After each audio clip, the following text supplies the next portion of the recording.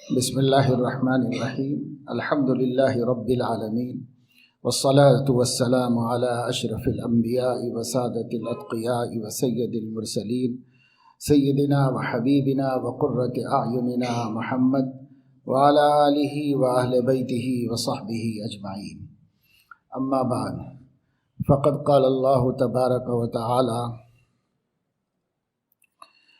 ان هذا القرآن يهدي للتي هي اقوم ويبشر المؤمنين الذين يعملون الصالحات ان لهم اجرا كبيرا وان الذين لا يؤمنون بالآخرة اعتدنا لهم عذابا أليما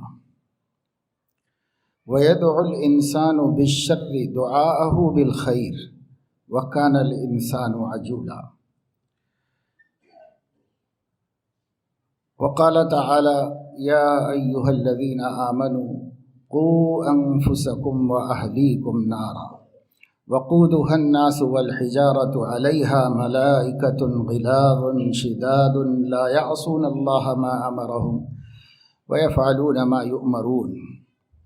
قال النبي صلى الله عليه وسلم أكرموا أولادكم وحسنوا آدابهم.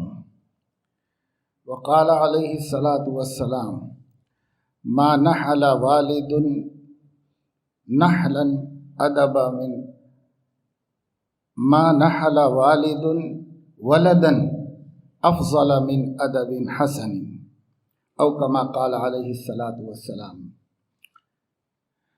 دو باتیں اس وقت میں ہم آپ کے سامنے رکھنا چاہتے ہیں، مستورات بھی ہوتی ہیں اور مرد حضرات بھی ہوتے ہیں، اور یہ ہماری اصلاً ماہانہ مجلس ہے. اس میں مختلف علاقوں سے، مہاراشٹر سے، کرناٹک سے، آندھرا سے، رائل سیما سے مختلف حضرات دوبارہ آنا شروع ہو گئے ہیں اور آ رہے ہیں. اس لیے ایک عام بات ہے اور ایک خاص بات ہے جو اس موقع پر کہنی ہے. اس موقع پر ہم نے چونکہ کوئی بڑا جلسہ کرنے کا موقع نہیں ہے، حالات نہیں ہے، اس لیے طالب علموں کو جن کا تکمیل حفظ باقی تھا اور اس کی تیاری شعبان میں کر لی گئی تھی، بچوں کو کپڑے دلا دیے گئے تھے، ان کے لیے دستار کا انتظام کر لیا گیا تھا، سندیں تیار کر لی گئی تھی، سب کر کے بس تھوڑا سا وقت باقی تھا کہ یہ اچانک وبا آئی، بلا آئی، اور ہمارے ہی شامت اعمال سے ہم علم کے، قرآن کے پڑھنے پڑھانے کی سرگرمیوں سے محروم کر دیے گئے. تو اس کے بعد جو طلباء افتاء کے تھے انہیں بلا کر کے ان کے تکمیل اور ان کی سند دے دی گئی، دستار بندی کر دی گئی.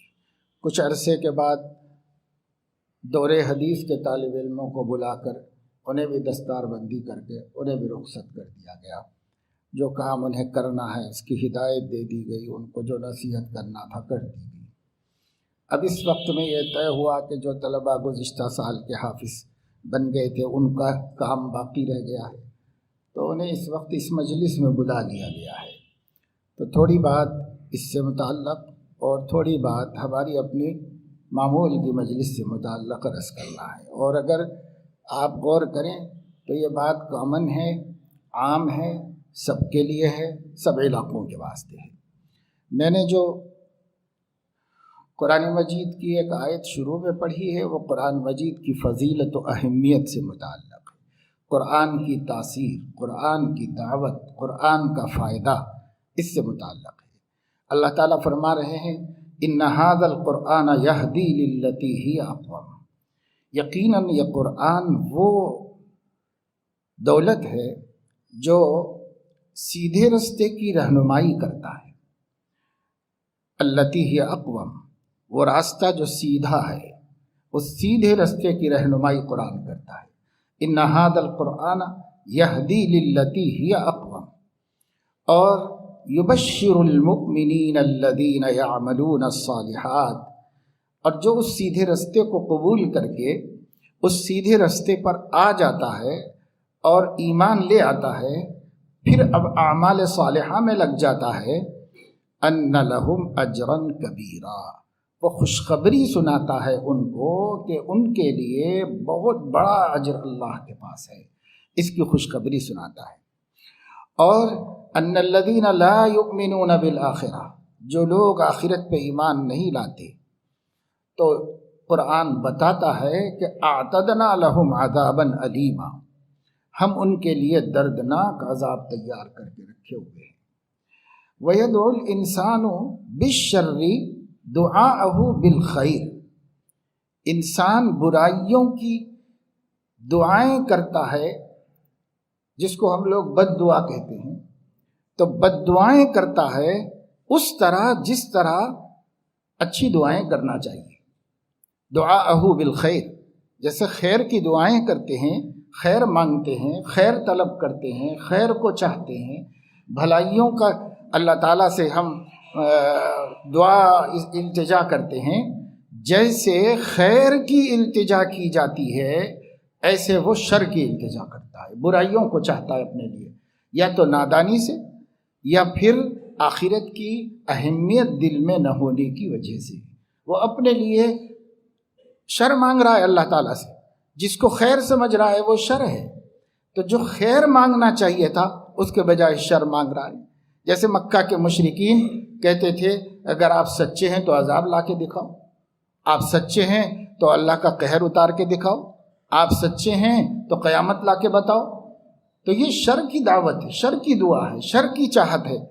تو شر کی، برائی کی، اپنے لیے مصیبت، اپنے لیے نقصان کا ایسا مطالبہ کر رہے ہیں جیسے خیر کا کرنا چاہیے، بھلائیاں مانگنا چاہیے، ایسے کر رہے ہیں۔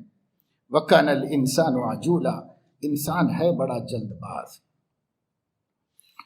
تو اللہ تعالیٰ نے آگے ایک مضمون بیان کیا ہے پوری تفصیل سے، حقیقتیں یہ ہیں اور ہماری غفلتوں کا یہ حال ہے، دونوں کو اللہ تعالیٰ نے کھول کھول کے بتا دیا تاکہ اس قرآن کی روشنی میں لوگ التی ہی اقوم، جو سیدھا راستہ ہے اس کو پالیں۔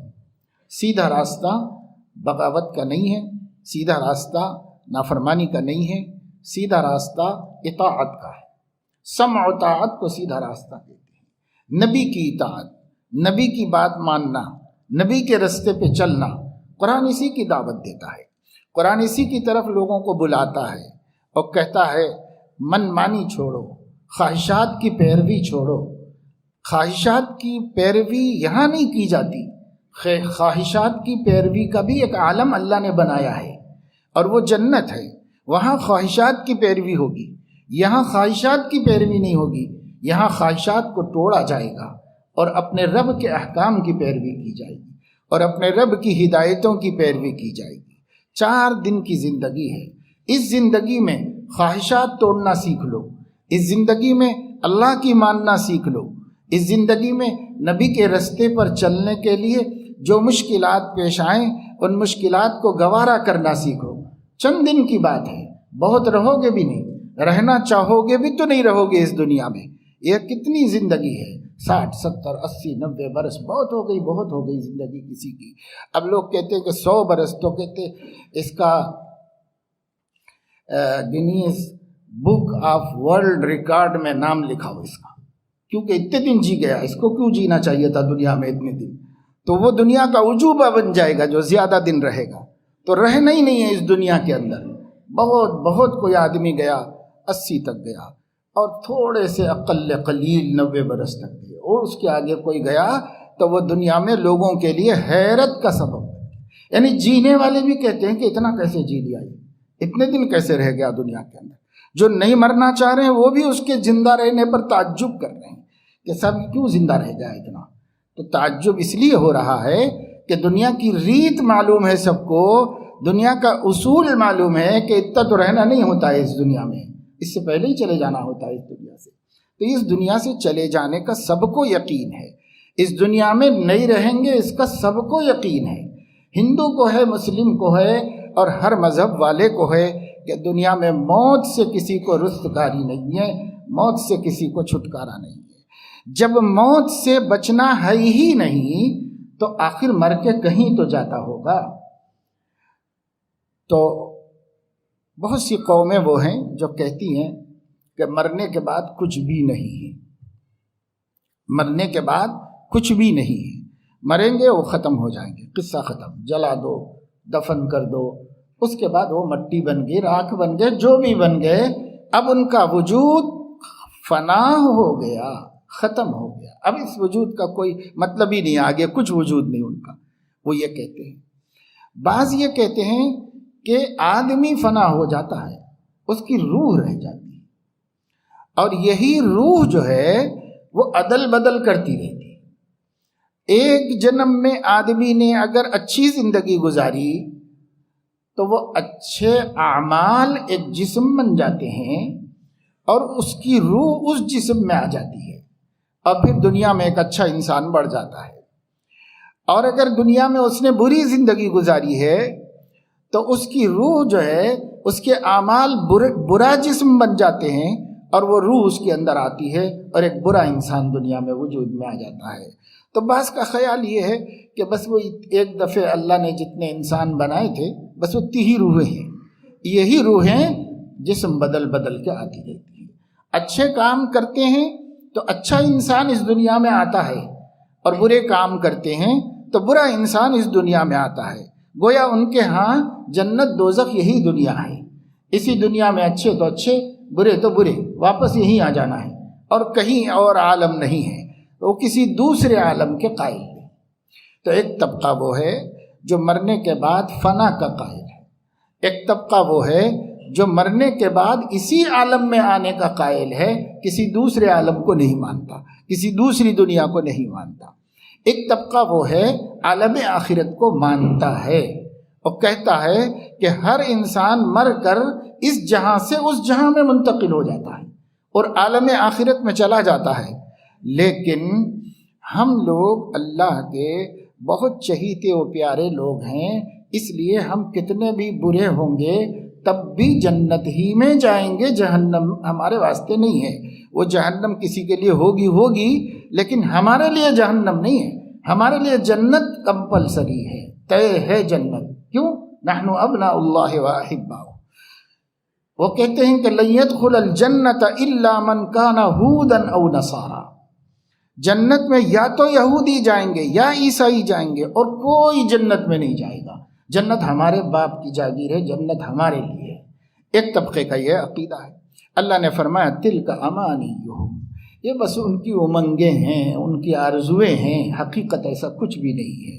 حقیقت یہ ہے کہ سب کا جائزہ لیں گے، سب کو پرکھیں گے، سب کا حساب ہوگا، پھر جو جگہ کے لائق جو ہوگا وہاں بھیجیں گے ہم۔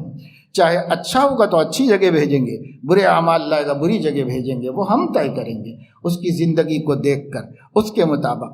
تو یہ خیال بھی اس طبقے کا غلط۔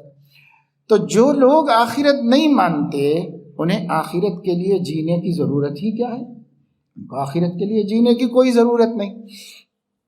جو لوگ کہتے ہیں کہ انسان دنیا میں اچھا جنم یا برا جنم بن جاتا ہے، دوسرے جنم میں آ جاتا ہے، تو ان لوگوں کا اتنا ہے کہ وہ ذرا شریفانہ زندگی گزارتے ہیں، اچھے رہتے ہیں، کیونکہ ان کا اعتقاد انہیں کہتا ہے پھر اس دنیا میں ایک ذلیل رسوا انسان بن کے مت آؤ، اس دنیا میں دوبارہ اچھے آدمی بن کے آؤ، اچھے رہو، اچھے بن کے آؤ۔ تو تھوڑا بہت شریفانہ زندگی وہ گزارتے ہیں، کسی پہ ظلم نہیں کرتے، کسی پہ زیادتی نہیں کرتے، اچھی زندگی گزارتے، اچھے اخلاق سے جی لیتے ہیں۔ باقی ان کو آخرت بنانا ان کے سامنے بھی نہیں ہے، اس لیے ان کو آخرت ہی نہیں ہے، تو آخرت کو کیا بنائیں گے وہ؟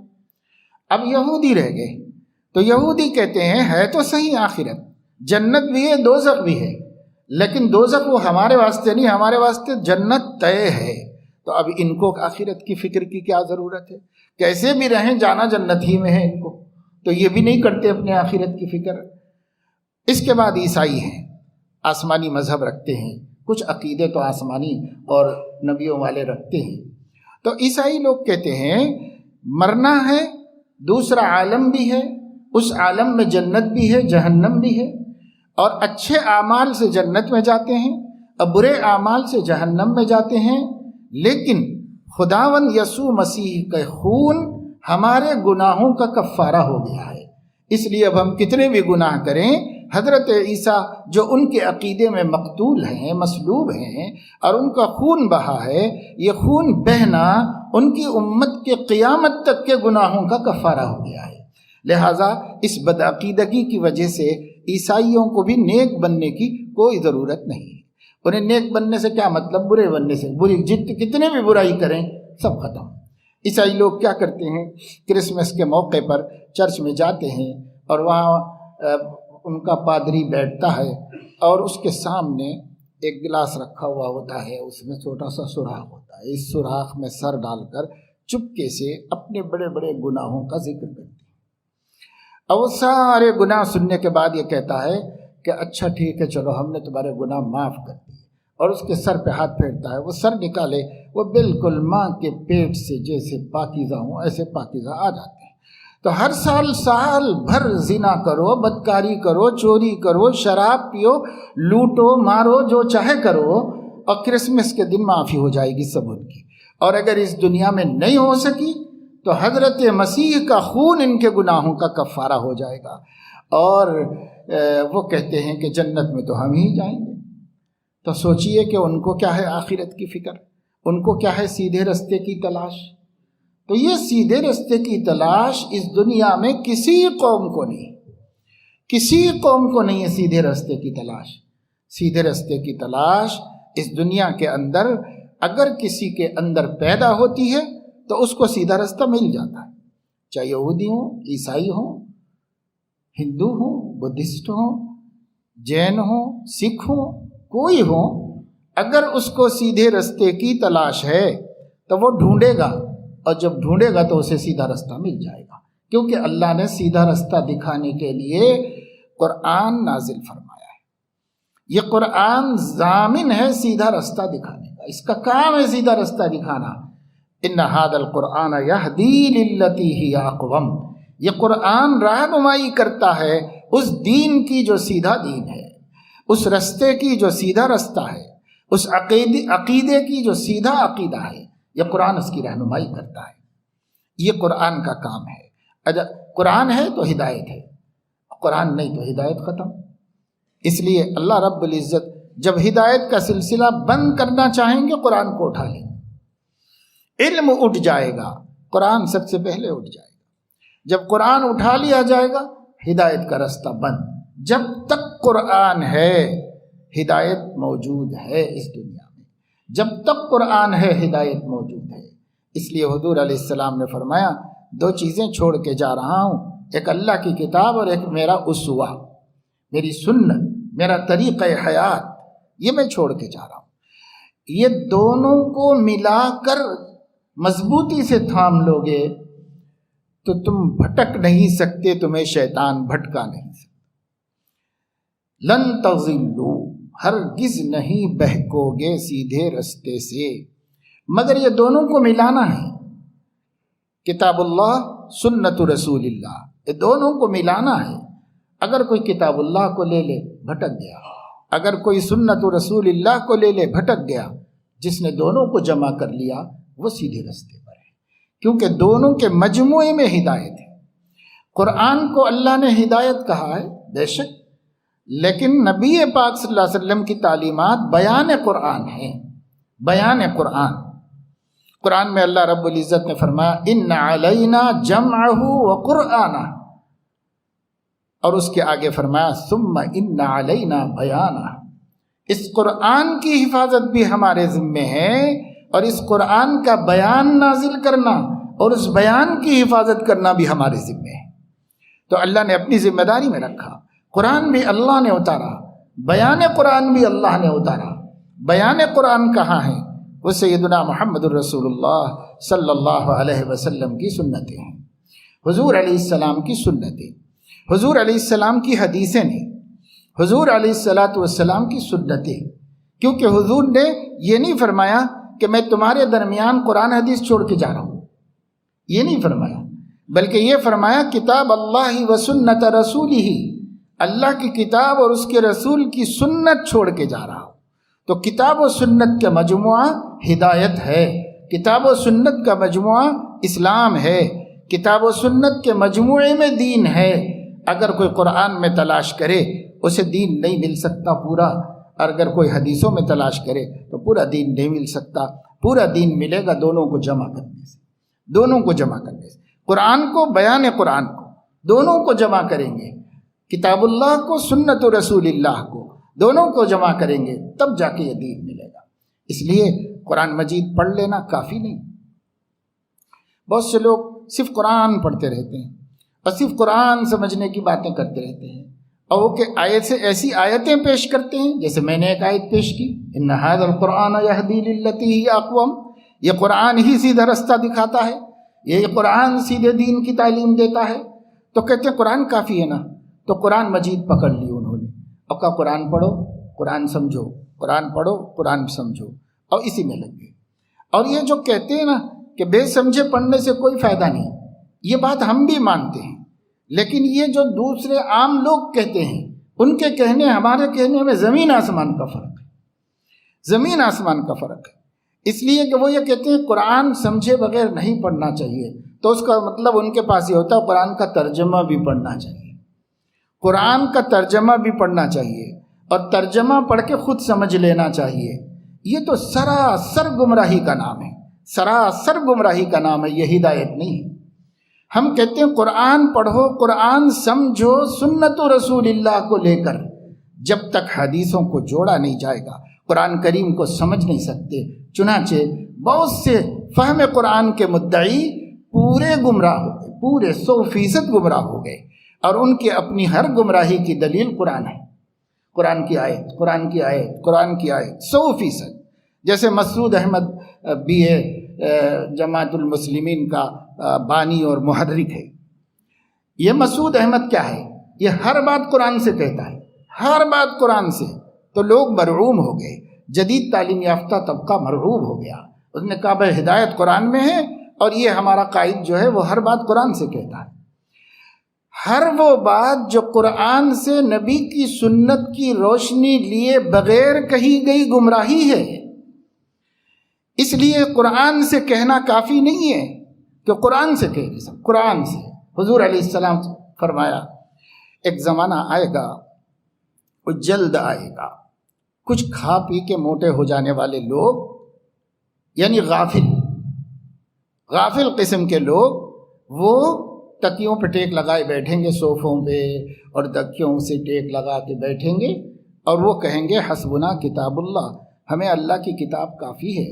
اور جب ان کے سامنے کوئی میری سنت کو پیش کرے گا تو وہ کہیں گے کہ ہمیں ضرورت نہیں ہے اللہ کے غیر کی، ہمارے لیے اللہ کی کتاب بہت کافی ہے۔ حضور علیہ السلام نے فرمایا وہ مجھ سے بری ہیں، میں ان سے بری ہوں، نہ ان سے رشتہ ناتا کرنا، نہ ان کے ساتھ بیٹھ کے کھانا پینا، یہ حضور علیہ السلام نے بتا دیا ہے۔ اس لیے جو کہتے ہیں کتاب اللہ، کتاب اللہ، قرآن سے بولو، قرآن میں بتاؤ، قرآن میں ہے، سمجھ لو کہ یہ گمراہ ہیں، کافر ہیں، اسلام سے خارج ہیں، ان کا کوئی تعلق اسلام سے نہیں۔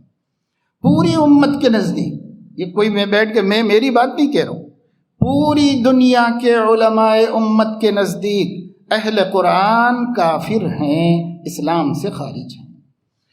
وہ اپنے کو اہل قرآن کہتے ہیں، ہم ان کو منکر حدیث کہتے ہیں، کیونکہ ان کا اصل روگ قرآن پڑھنا نہیں ہے، ان کا اصل روگ حدیث چھوڑ دینا ہے، حدیث چھوڑ دے کر وہ گمراہ ہوئے ہیں، اس لیے ہم ان کو منکر حدیث کہتے ہیں، وہ اپنے کو اہل قرآن کہتے ہیں۔ اہل قرآن کافر مطلق ہیں۔ کہیں کوئی بھی شخص یہ کہتا ہے قرآن میں بتاؤ، قرآن میں ہے کیا، سمجھ لو، اس سے رشتہ ناتا، نہ اس کے ساتھ کھانا پینا، حضور نے کہہ دیا الگ کر دو، بائیکاٹ، کوئی ان سے ہمارا رشتہ نہیں ہے۔ ہم ایک کافر کے ساتھ تعلق رکھ سکتے ہیں کیونکہ وہ اپنے دین کو اپنا دین کہتا ہے، اسلام کو نہیں مانتا، اس لیے ہم کو اس سے خطرہ نہیں۔ ہم ایک یہودی کے ساتھ تعلق رکھ سکتے ہیں کیونکہ وہ اپنے دین کو دین کہتا ہے، اسلام کو نہیں مانتا۔ ایک عیسائی اپنا دین الگ بتاتا ہے، اسلام کو نہیں مانتا، ہم ان سے تعلقات رکھ سکتے ہیں، اس سے ہمارے ایمان کو خطرہ نہیں ہے، کیونکہ یہ کلیئر ہے، ڈکلیئر ہے کہ اس کا دین الگ، میرا دین الگ، اس لیے اب اتنا خطرہ نہیں ہے اس سے۔ لیکن ہم اپنے کو اہل قرآن کہنے والے سے رشتہ نہیں رکھ سکتے، ہم اپنے کو جماعت المسلمین کہنے والے سے رشتہ نہیں رکھ سکتے، ہم اپنے کو شکیل کو مسیح موعود کہنے والوں سے رشتہ نہیں رکھ سکتے، ہم کسی فیاض بھیا کے فتنے میں مبتلا سے رشتہ نہیں رکھ سکتے، ہم کسی ایسے شخص سے اپنا تعلق نہیں رکھ سکتے، قادیانی سے نہیں کیوں؟ اس واسطے کہ یہ اپنے ہی کو مسلمان کہہ رہے ہیں، یہ اپنے ہی کو سچا دین کہہ رہے ہیں، تو کہیں ان کی باتوں سے آپ سچے دین کو چھوڑ کر ان کے جھوٹے دین میں نہ چلے جائیں۔ اس لیے علماء جو منع کرتے ہیں بے دینوں سے دور رہو، حضرت حکیم الامت رحمۃ اللہ علیہ نے 40 نصیحتیں پوری امت کو کی ہیں قرآن حدیث کی روشنی میں نے اس کی تشریح کی لاک ڈاؤن میں، اور ان کو ایک کتابی شکل پہ چھپ بھی گئی وہ، اور بتایا کہ یہ نصیحتیں اہل اللہ کی کتنی قرآن حدیث کے علوم کا نچوڑ ہے۔ اس کو لوگ آج کل کہتے ہیں نا کہ صاحب جب قرآن حدیث ہے تو بزرگوں کی باتیں، ملفوظات، ان کی بات کی کیا ضرورت ہے، قرآن حدیث پڑھ لو۔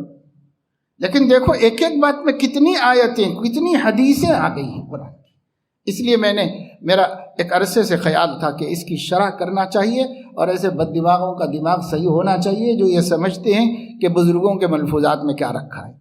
وہ کتنا قرآن حدیث کا عطر لیے ہوئے ہیں، نچوڑ لیے ہوئے ہیں، ان کو سمجھ میں آنا چاہیے، اور ان کو چاہے سمجھ میں آئے نہ آئے، ہمارے طبقے کو سمجھ میں آنا چاہیے کہ ان باتوں میں کتنی حقیقت ہے اور کتنی سچائی ہے، یہ سمجھ میں آنا اور عمل کی توفیق ملنا چاہیے۔ تو ان 40 باتوں میں ایک بات یہ بھی ہے، بددین آدمی سے دور بھاگے۔ جب اتنے فرقے بھی نہیں تھے جب آپ نے یہ بات کہی، اب سمجھ میں آتا ہے کہ بددین آدمی سے کیوں دور بھگایا ہے، اس واسطے کہ کسی بھی عقیدے کے پھسلے ہوئے کے ساتھ رہو گے تمہارا بھی عقیدہ پھسلے گا۔ اب آپ یہ کہیں گے نہیں وہ پرانا دوستانہ ہے، بچپنے کا دوستانہ تھا، بھائی یہاں تک تھا، اب اس کے بعد جب معلوم ہو گیا کہ اس کا عقیدہ خراب ہو گیا ہے یا عقیدہ خراب ہے پہلے سے، تو اب ہمارا اس کے ساتھ کوئی تعلق نہیں۔ اگر وہ اپنے دین کو اسلام سے علیحدہ کوئی دین کہتا ہے تب تو اس سے خطرہ نہیں ہم کو، لیکن وہ اپنے ہی کو مسلمان کہتا ہے، اپنے ہی کو سچا اسلام پر علم بردار کہتا ہے، وہ خطرہ ہے ہمارے لیے۔ اس لیے ہمیں اس سے دور بھگایا گیا، روکا گیا۔ اللہ نے قرآن مجید میں بھی فرما دیا ہے، اگر تم اس کے بعد کہ ہم نے منع کر دیا پھر بھی بددینوں کے ساتھ بیٹھو گے تو انکم اذا مثلہم، ہم تم کو ان میں حساب کریں گے، انہی میں شمار کر دیں گے تم کو، پھر دوستانہ وستانہ کا کھٹا نکل جائے گا، اللہ اسی میں شمار کر دیں گے۔ اور ان اللہ جامع المنافقین والکافرین فی جہنم جمیعا، سب کو جہنم میں لے جا کے اللہ جمع کر دے گا۔ اس لیے دور رہنا چاہیے۔ تو قرآن ہے تو ہدایت، پر یہ بات ذہن میں رکھیں، حافظ بننے والے طلباء بھی اور یہ سارے مسلمان ہماری بہنیں سب ذہن میں رکھیں، کتاب اللہ سنت رسول اللہ سے جدا کر کے ہدایت نہیں ہے، کیونکہ جب بیان قرآن ہی نہیں ہوگا تو قرآن کیسے سمجھو گے؟ یہ جو کہا جاتا ہے سمجھنا اپنی عقلوں سے سمجھنا، تو ان کی عقلیں تو سارا قرآن بدل کے رکھتی، اور بدل رہے ہیں لوگ۔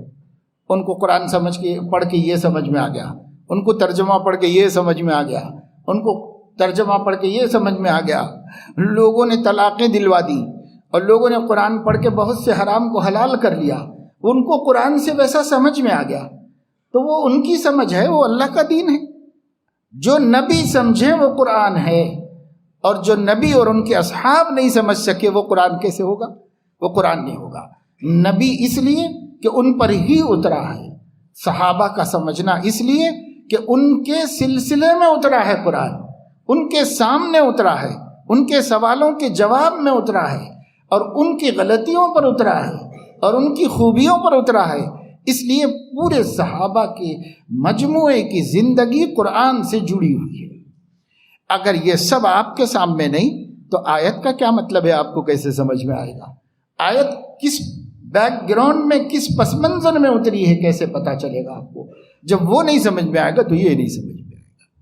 اس لیے علامہ انور شاہ کشمیری رحمۃ اللہ علیہ نے فرمایا کہ جیسے قرآن مجید کا شان نزول پر کام ہوا ہے، کتابیں لکھی گئی ہیں، جیسے الدر المنصور ہے اور دوسری کتابیں ہیں جو شان نزول پر لکھی گئی ہیں، فرمایا کہ اگر حدیثوں کے شان ورود پر بھی کام ہو جاتا تو امت کو دین کا سمجھنا بہت آسان ہو جاتا، کیونکہ حضور علیہ السلام نے بھی جو باتیں کہی ہیں کسی پس منظر میں کہی ہیں، وہ نہ معلوم ہو اور حدیث معلوم ہو جائے تو وہ بھی نہیں سمجھ میں آتی کہ کیا فرما رہے ہیں آپ صلی اللہ علیہ وسلم۔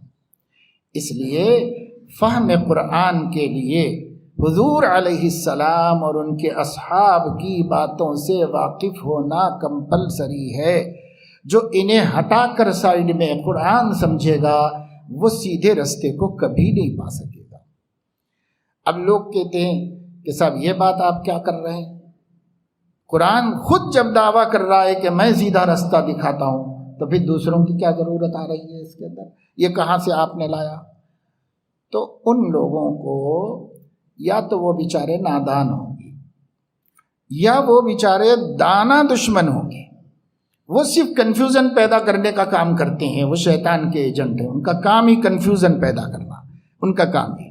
بسا اوقات بھولے بھالے لوگ ہوتے ہیں، ان کو نہیں سمجھ میں آئی ہوتی ہے بات، تو دیکھو اس کا جواب یہ ہے کہ قرآن خود کہتا ہے کہ بغیر نبی کے ہدایت مکمل نہیں ہوتی۔ قرآن خود کہتا ہے، اس لیے یہ قرآن ہی میں ہے، قرآن میں ہی ہم نے اس پہ ایمان لایا ہے۔ اللہ تبارک و تعالی شانہ قرآن مجید کے اندر ارشاد فرما رہے ہیں کہ قرآن کو میں نے ہدایت بنا کر اتارا ہے، وَلَٰكِن جَعَلْنَاهُ نُورًا نَهْدِي بِهِ مَن نَّشَاءُ مِنْ عِبَادِنَا، یعنی جعلنا القرآن وَلَٰكِن جَعَلْنَاهُ نُورًا نَّهْدِي بِهِ مَن نَّشَاءُ مِنْ عِبَادِنَا وَإِنَّكَ لَتَهْدِي إِلَىٰ صِرَاطٍ مُّسْتَقِيمٍ۔ ایک ہی جگہ اللہ نے بتا دیا کہ قرآن کو ہم ہدایت بنا کر اتارے ہیں، اپنے بندوں میں سے جس کو چاہتے ہیں اس کے ذریعے ہدایت دیتے ہیں، اور آپ اے نبی صلی اللہ علیہ وسلم آپ بھی صراط مستقیم کی ہدایت دیتے ہیں۔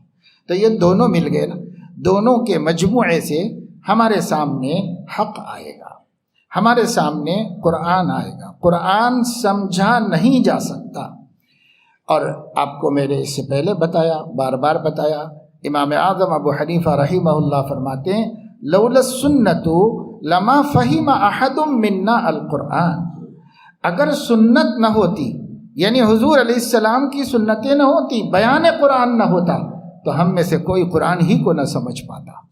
قرآن کو سمجھنے کے لیے بیان قرآن کی ضرورت ہے، اب بیان قرآن بھی اللہ نے اتارا ہے، کیونکہ حضور علیہ السلام اپنی طرف سے کچھ بھی نہیں کہتے، وما ينطق عن الهوى ان هو الا وحی یوحى، اللہ رب العزت نے خود فرما دیا ہے ہمارے پیغمبر اپنی خواہش نفس سے کچھ نہیں کہتے، ہماری وحی تمہیں سناتے ہیں، ہمارے احکامات تم کو پہنچاتے ہیں۔ حضور علیہ السلام نے ایک دفعہ فرمایا، لکھنے کی بات آئی تو فرمایا کہ میری باتیں سب لکھ لو، میری باتیں سب لکھ لو، اس زبان کی حفاظت اللہ کے ذمے ہے، اس زبان سے حق جاری ہوتا ہے، اللہ اس سے حق جاری کرتے ہیں۔ جب حضور علیہ السلام حضرت عمر کے بارے میں فرماتے ہیں ان اللہ تعالی جعل الحق علی لسان عمر، تو عمر تو نبی کے غلام تھے، اور نبی پاک صلی اللہ علیہ وسلم کی لسان کا تو کیا حال ہوگا، اور وہ اللہ کی طرف سے بولتی ہے، اللہ کے حکم سے بولتی ہے، اللہ کی حفاظت میں بولتی ہے، اس لیے وہ بھی وحی ربانی ہے۔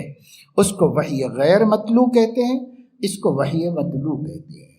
یہ تلاوت کی جانے والی وحی ہے، وہ تلاوت نہیں کی جاتی نماز میں، اس کے پڑھنے سے نماز نہیں ہوتی، اتنے حصے کے پڑھنے سے ہی ہوتی ہے، لیکن یہ بھی وحی ہے اور وہ بھی وحی ہے، اور دونوں کو وحی کہا گیا ہے اور مانا گیا ہے۔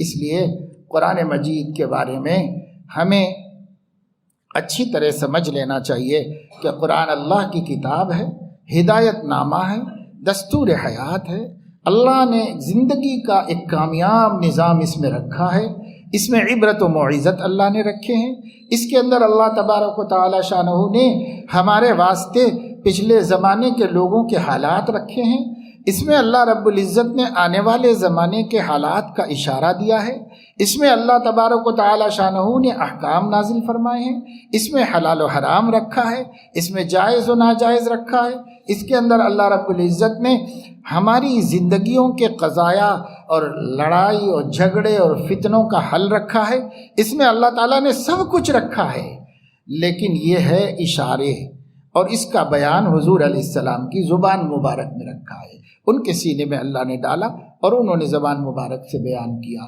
خود عمل کیا اور دوسروں کو دکھایا، تو یہ قرآن پورا کا پورا. اسی سے سمجھو کہ حضرت عائشہ نے کیوں کہا تھا کانا خلقہ القرآن، حضور علیہ السلام کیسے تھے؟ تو کہا حضور علیہ السلام کیسے تھے، دیکھنا ہو تو قرآن دیکھو، جیسا قرآن ہے ویسے حضور علیہ السلام تھے. یعنی گویا قرآن کا عملی بیان تھے، تفسیر تھے قرآن کی، عملی تفسیر. تو اس لیے ان کو دیکھنا پڑے گا، ان کو دیکھے بغیر قرآن فہمی کا تصور باطل ہے. حضور علیہ السلام کی تعلیمات کے بغیر قرآن فہمی کا تصور باطل ہے. امام بخاری رحمۃ اللہ علیہ نے بخاری شریف میں کتنی آیتیں کتاب التفسیر میں لکھی اور ان کی تفسیر نبی سے، صحابہ سے نقل کی. امام مسلم نے، امام ترمذی نے اور تمام محدثین نے حدیث کی کتابوں میں کتاب التفسیر لکھی ہے. قرآن کی آیتیں لکھی ہیں اور اس کے ترجمے کے بارے میں یا تو نبی کا قول یا صحابی کا قول یا صحابہ سے منقول قول اس میں جمع کیا ہے. آثار تابعین، آثار صحابہ یا احادیث مرفوعہ سب اس کے تحت جمع کر دیے ہیں. کیوں؟ اسی سے قرآن سمجھا جاتا ہے، اس کو چھوڑ کے قرآن کیسے سمجھا جاتا ہے؟ اس لیے قرآن پڑھ لینا کافی نہیں، قرآن کے حافظ بن جانا کافی نہیں، قرآن کے عالم بننا ضروری ہے. قرآن کا عالم بنیں گے تو قرآن کا حافظ قرآن کا حق ادا کر سکے گا، اور اگر نہیں تو قرآن کا حق نہیں ادا کر سکے گا. قرآن کا حق وہی ادا کرے گا جو قرآن کریم کو سمجھ سکے، اور جو قرآن کو سمجھنا چاہے اس کو احادیث نبویہ صلی اللہ علیہ وسلم کا جاننا ضروری ہے، اس کا واقف ہونا ضروری ہے، تو عالم بننا ضروری ہے. اس لیے ہمارے ایک استاذ تھے، استاذ الاساتذہ شیخ المشائخ حضرت مولانا قاری امیر حسن صاحب نور اللہ مرقدہ، فرمایا کرتے تھے ایسے موقعوں پر جب بچے ختم قرآن کرتے تو اپنے استاد حضرت مولانا عبداللطیف صاحب ناظم اعلیٰ مذاہب العلوم سہارنپور کے حوالے سے کہ جو حافظ عالم نہیں ہے وہ آدھا حافظ ہے، اور جو عالم حافظ نہیں ہے وہ آدھا عالم ہے. گویا اس کا مطلب یہ ہوا کہ جو عالم حافظ نہیں ہے اس کے پاس بیان قرآن تو ہے، قرآن نہیں ہے، اور جو حافظ صرف حافظ ہے اس کے پاس قرآن تو ہے، بیان قرآن نہیں ہے. تو یہ آدھا حافظ وہ آدھا عالم، دونوں چیزوں کو جمع کرو تو پھر یہ قرآن نکھر کے ہمارے سامنے آئے گا، قرآن کھل کے ہمارے سامنے آئے گا. ہمیں اس کے کلام اللہ ہونے کی جو خصوصیات ہیں وہ سامنے آئیں گی، اور اس کلام کے حرف حرف، نقطے نقطے سے علوم کے دریا بہتے ہوئے دکھائی دیں گے اگر ہم نے دونوں چیزوں کو جمع کیا. اگر دونوں کو جمع نہیں کیا تو پھر کوئی خاص فائدہ تو نہیں. اتنا ضرور ہے کہ حافظ قرآن ہونا ایک شرف ہے، یہ شرف مل جائے گا، ایک شرف ہے، ایک عزت ہے، ایک بزرگی ہے کہ اس کے سینے میں اللہ نے اپنے کلام کو محفوظ رکھا. یہ کم عزت نہیں ہے، یہ کوئی چھوٹی موٹی دولت نہیں ہے، یہ بھی بہت بڑی ہے. لیکن اگر قرآن کے نازل کیے جانے کا مقصد حاصل کرنا چاہتے ہیں تو حافظ عالم بھی بنے، تب جا کر وہ قرآن کے نزول کے مقصد کو سمجھ سکے گا اور سمجھ سکے گا. اور ہمارے بعض دوست احباب ایسے ہوتے ہیں، لوگ آتے ہیں ملاقات کرتے ہیں تو بچے یہاں تو بچے حفظ کرتے ہیں ماشاء اللہ، اتنے بچے حافظ. ان لوگوں کا پہلا لفظ یہ ہوتا ہے کہ ارے مولانا یہ بچوں کو خالی آپ لوگ رٹا دیتے تو اس سے کیا فائدہ ہے، یہ کہتے ہیں. پہلی بات یہی ہوتی ہے ان لوگوں کی، بس قرآن تو پڑھنا سمجھنا چاہیے نا، قرآن سمجھنا چاہیے. تو ایک صاحب تو مجھ سے کہنے لگے کہ میں تو قرآن بچوں کو ایسا پڑھا رہا ہوں کہ سمجھا بھی دے رہا ہوں اس کے ساتھ قرآن. تو میں نے کہا کہ خدا کرے کہ پہلے آپ سمجھے ہوئے ہوں اور اس کے بعد سمجھا رہے ہوں تو بہت اچھی بات ہے، اور اگر آپ ہی سمجھے ہوئے نہ ہوں تو خود بھٹکا ہوا دوسرے کو کہاں راستہ دکھا سکتا ہے. خفتارا خفتہ کہ کنت بیدار، سوئے ہوئے کو سوئے ہوا کب جگا سکتا ہے. آپ ہی نہیں جانتے کہ قرآن کیا ہے اور آپ بچوں کو کیا قرآن سمجھا رہے ہوں گے. وہ جو آپ کو سمجھ میں آیا ہوگا وہ سمجھا رہے ہوں گے، وہ نہیں ہے قرآن. قرآن وہ ہے جو نبی کو سمجھ میں آیا ہے، جو قرآن وہ ہے جو صحابہ کو سمجھ میں آیا ہے، اور آپ نے ان کی ضرورت ہی نہیں سمجھی اپنے واسطے. جب ان کی ضرورت ہی نہیں سمجھی تو قرآن کیا تمہارے سینے پہ اترا ہے؟ اور کیا اللہ نے بیان قرآن تمہارے دل پہ اتارا ہے؟ جب تمہارے دل پہ نہیں اتارا تو وسیلوں کو چھوڑ کر کہاں چلے گئے؟ یہ تو وسیلہ تھا صحابہ اور نبی، قرآن فہمی کا وسیلہ تھے، انہی کو چھوڑ دیا آپ نے. جب انہی کو چھوڑ دیا تو کہاں سے مل گیا قرآن آپ کو؟ نہ قرآن آپ کے سینے پہ اترا، نہ بیان قرآن آپ کے سینے پہ اترا.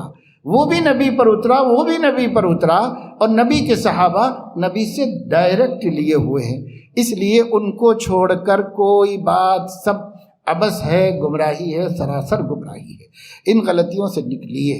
یہ میڈیا نے اور دنیا کے دشمنان اسلام نے، اسلام کے مٹانے کے درپے لوگوں نے، کچھ جدید تعلیم یافتہ لوگوں کو جن کو یہ ساری تفصیلات نہیں معلوم ہے، انہیں بیوقوف بنا دیا ہے اور ان کے ذہن میں یہ بات بٹھا دی ہے، اور اس کے بعد ان لوگوں کو جری کر دیا ہے، تو بھی پڑھ لو قرآن، تم ہی سمجھ لو، تم ہی دین کی تفہیم کر لو، تشریح کر لو، کسی کی کیا ضرورت ہے؟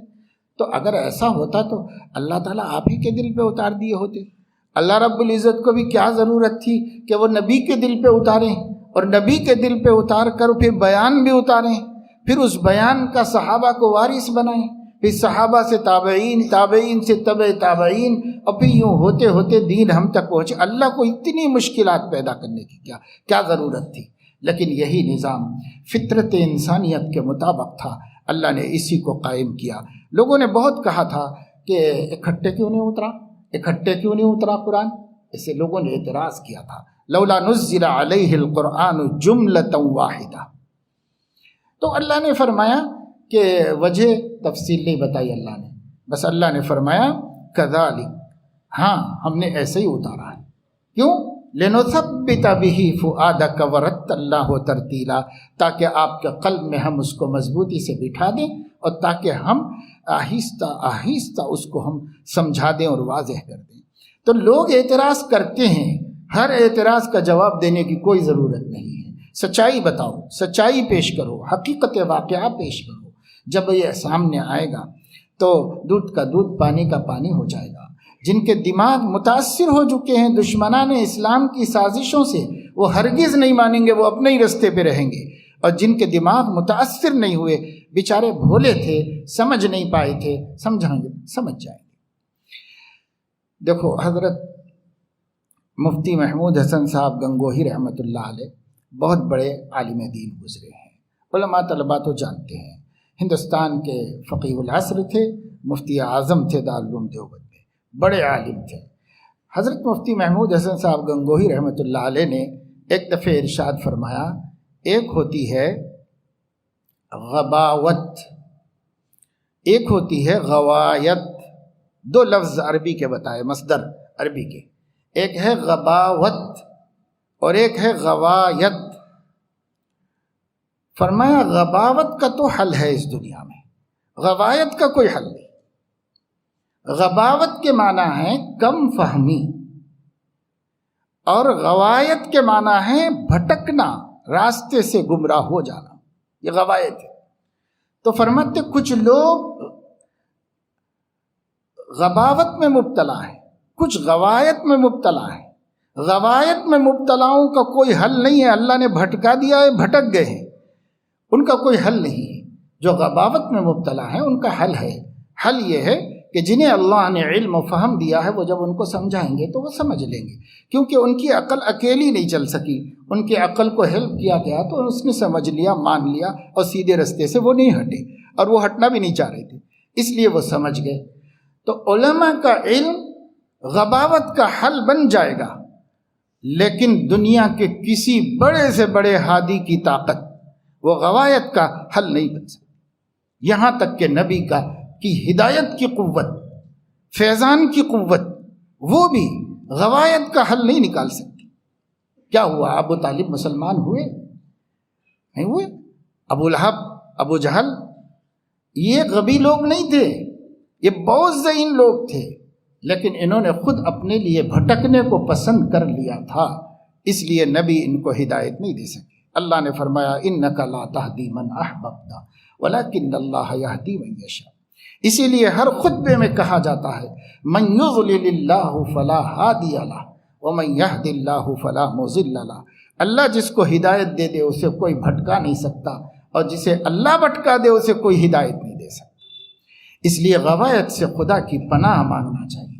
غباوت کوئی مصیبت نہیں ہے، میں خود سے نہیں سمجھ پا رہا ہوں، ایک عالم کے پاس چلے جاؤں گا، سب سمجھ لوں گا، میرا مسئلہ حل ہو جائے گا، میرا کام نکل جائے گا۔ غباوت مصیبت نہیں ہے، غباوت عیب نہیں ہے۔ بلکہ غوایت عیب ہے، بلا ہے، مصیبت ہے۔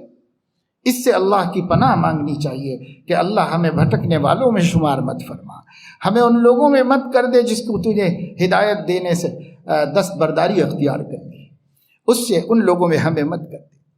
تو اس لیے قرآن عظیم کتاب ہے، قرآن ہادی اور رہنما ہے، اور اس کی اپنی تفصیل کے ساتھ، یعنی نبی پاک صلی اللہ علیہ وسلم کی مبارک تعلیمات کو جوڑ کر یہ قرآن مجید ہدایت ہے اور رہنمائی ہے۔ اس کا حفظ کرنا بھی فضیلت ہے، اس کا پڑھ لینا بھی فضیلت ہے، اس کی تلاوت پر اجر ہے۔ حضرت محی السنہ رحمۃ اللہ علیہ فرماتے تھے کہ اگر قرآن مجید کے پڑھنے سے، یعنی بغیر سمجھے پڑھنے سے کیا فائدہ، اگر کوئی ایک ہے تو فرماتے تھے کہ یا تو وہ جاہل ہے یا بے دین ہے یا دونوں باتیں ہیں۔ شروع میں ایسے یاد کراتے تھے، لیکن بعد میں حضرت نے اس کی تعبیر بدل دی اور یہ فرمایا اگر کوئی یہ کہے کہ قرآن بے سمجھے پڑھنے سے کوئی فائدہ نہیں ہے تو وہ یا جاہل ہے یا بے دین ہے یا دونوں باتیں ہیں، یہ فرماتے تھے۔ فرق یہ ہو گیا کہ پہلے کیا فائدہ تو بھائی سوال کرنے کا تو حق ہے، اس لیے صرف اتنا بول دینے سے وہ گمراہ نہیں ہو جائے گا، لیکن وہ طے کر دے کہ بے فائدہ ہے، جیسا بہت سے لوگ بولتے ہیں بے فائدہ ہے، بے فائدہ ہے، طوطے کی طرح رٹنے سے کیا فائدہ ہے، اور مانتے نہیں کہ اس میں کوئی فائدہ ہے، تو یہ گمراہی کی بات ہے، یہ جہالت کی بات ہے، یہ بے دینی کی بات ہے۔ قرآن کریم اپنی ذات میں چاہے سمجھ میں آئے چاہے نہ سمجھ میں آئے ہر صورت میں نافع ہے۔ یہ کون کہتا ہے کہ سمجھنا نہیں چاہیے؟ لیکن اگر چلو چھوٹے بچے ہیں، انہوں نے رٹ لیا 5 سال کی عمر میں، 7 سال کی عمر میں، 8 سال کی عمر میں، 12 سال کی عمر میں، کتنے بچے حافظ قرآن ہوتے ہیں؟ کیا وہ قرآن جیسی عظیم کتاب کو سمجھ بھی سکتے ہیں؟ ابھی تک مخاطب بھی نہیں ہے اللہ کے شریعت کے، تو مکلف بھی نہیں ہے اس کے، تو کیا سمجھ سکتے ہیں؟ لیکن اس کے باوجود یہ ان کے لیے شرف نہیں ہے؟ یہ ان کا کتنا بڑا شرف ہے کہ ان کے سینے میں اللہ کی کتاب محفوظ ہے۔ اللہ کی کتاب کے 30 پارے، 114 صورتیں، 6666 آیتیں اللہ کے کلام کی۔ شیخ الحدیث ندوۃ العلماء حضرت مولانا زکریا صاحب سنبھلی دامت برکاتہم، اللہ انہیں صحت سلامت نصیب فرمائے، یہ فرمایا تھا ایک دفعہ کہ دیکھو اگر کسی کو معلوم ہو جائے کہ وہ درخت جس سے اللہ رب العزت نے حضرت موسیٰ سے کلام کیا تھا، ایک درخت تھا نا شجر طوبہ، جو وادی سینا میں حضرت موسیٰ علیہ السلام ایک سفر میں جا رہے تھے، اس سفر میں ایک درخت تھا، اس درخت سے اللہ نے ان کو خطاب کیا تھا۔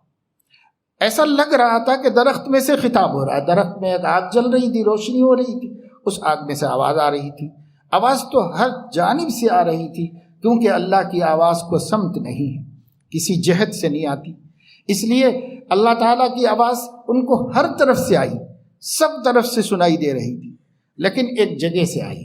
وہ درخت بڑا مبارک ہے، ایک عرصے تک یہودی اس جگہ پہ جاتے تھے اور اسے پوجتے تھے اور گویا ایک طرح کی بت پرستی کرتے تھے، وہ سب الگ بات ہے۔ صرف یہ بتا رہے ہیں، حضرت فرما رہے ہیں اگر کسی کو پتہ چل جائے کہ وہ درخت جس سے اللہ نے موسیٰ کو شرف ہم کلامی عطا فرمایا تھا، اس درخت کا ایک پتا فلاں صاحب کے پاس ہے، تو کتنے لوگ دوڑ دوڑ کے جائیں گے وہاں پر، اور کتنے لوگ جا کے، چاہے وہ جھوٹی ہی خبر کیوں نہ ہو، کتنے لوگ جا کے اسے دیکھیں گے، آنکھوں سے لگائیں گے اور سر پہ رکھیں گے، چومیں گے کہ صاحب یہ وہ درخت ہے، یہ وہ پتا ہے جس سے اللہ نے کلام کیا تھا، یہ کہیں گے۔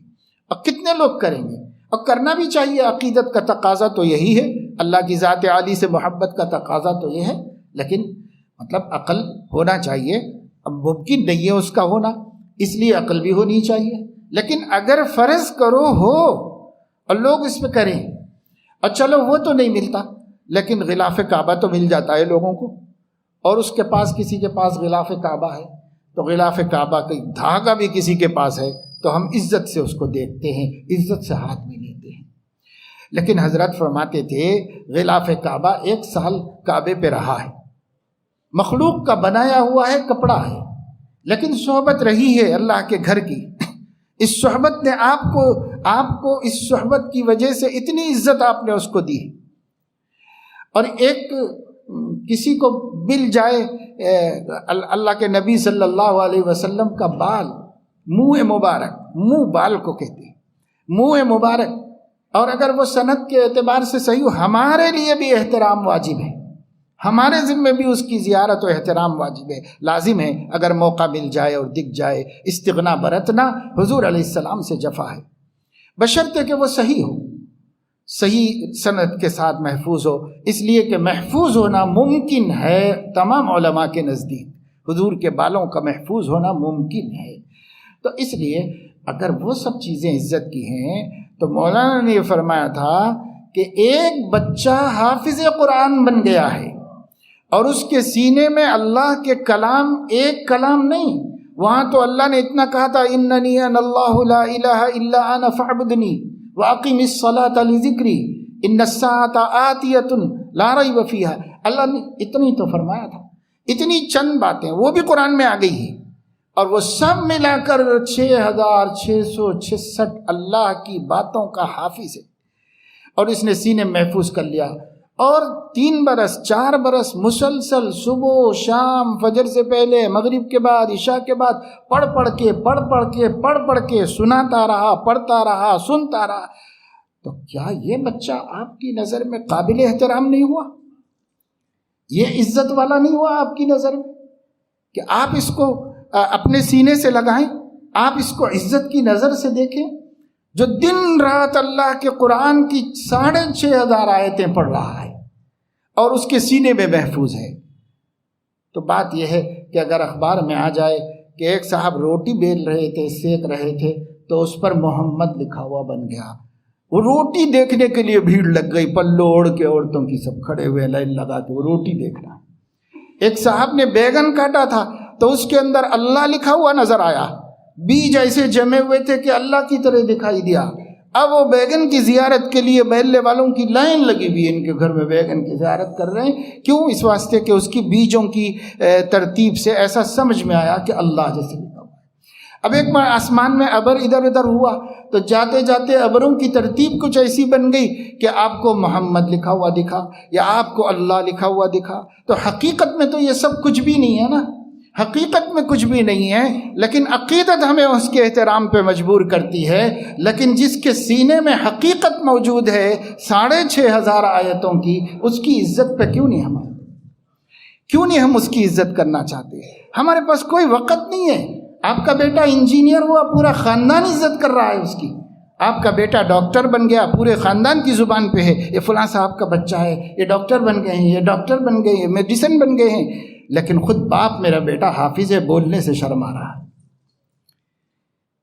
کیا ہمارے پاس عزت رہ گئی قرآن کی؟ کیا وقت ہے، اہمیت ہے ہمارے سینوں میں؟ اس قرآن کی اہمیت کو سمجھو، اس قرآن کی وقت کو سمجھو۔ اپنے گھر میں ایک ایسی دولت اللہ تعالیٰ نے عطا فرما دی ہے۔ سیدنا محمد الرسول اللہ صلی اللہ علیہ وسلم پر ابھی قرآن نہیں اترا تھا، ایک آیت بھی نہیں اتری تھی، وہی تو 40 برس کے بعد نازل ہوئی۔ اور نکاح کب کیا حضور علیہ السلام نے؟ 25 سال کی عمر میں۔ اب بھی 15 سال کے بعد قرآن اترنے والا تھا حضور صلی اللہ علیہ وسلم پر، لیکن خدیجۃ الکبریٰ طاہرہ رضی اللہ تعالی عنہ کی فہم کو، فراست کو سلام ہو کہ انہوں نے کہا کہ اس بندے کو اپنا شوہر بنا کے میں اپنے گھر میں لے آتی ہوں، اس لیے کہ اس پر شاید اللہ کا کوئی خاص کرم ہونے والا ہے۔ جس نے طے کر لیا تھا کہ اب نکاح نہیں کرنا ہے، 3 شوہروں سے بیوہ ہو گئی تھی، طے کر لیا تھا کہ اب شادی نہیں کرنا ہے مجھے، اس نے کیوں کیا ارادہ شادی کا؟ اس کے پاس دولت کی کمی، بہت مالدار آدمی تھا، اسی وجہ سے بڑے تاجر تھے، اس وجہ سے بادشاہ تھے، اس وجہ سے شہزادے تھے، اس وجہ سے کیا چیز نظر آئی تھی حضرت خدیجۃ الکبریٰ کو اس کے اندر کیا چیز دکھائی دی؟ آپ صلی اللہ علیہ وسلم ان کا مال لے کر تجارت کے لیے گئے تھے، ملک شام تک جا کر تجارت کر کے آئے تھے، بحرین گئے تھے، مختلف جگہوں پر گئے تھے، اور حضرت خدیجہ نے چونکہ ڈھیر سارا مال ایک نئے تاجر کو دیا تھا جن کے ساتھ پہلے کاروبار انہوں نے نہیں کیا تھا، اس لیے اپنے غلام میسرہ کو بھی ساتھ میں کر دیا تھا، کہا تم بھی ساتھ میں جاؤ، یہ مال کی نگرانی کے لیے بھی ضرورت ہے، ان کو مدد کرنے کے لیے بھی ضرورت ہے، اب میرا اتنا سارا مال وہ لے جائیں گے، بیچیں گے، پھر دوسرا مال ضرورت کا لے کے آئیں گے، تو ایک خادم کو ساتھ میں کر دیا تھا اپنے غلام کو۔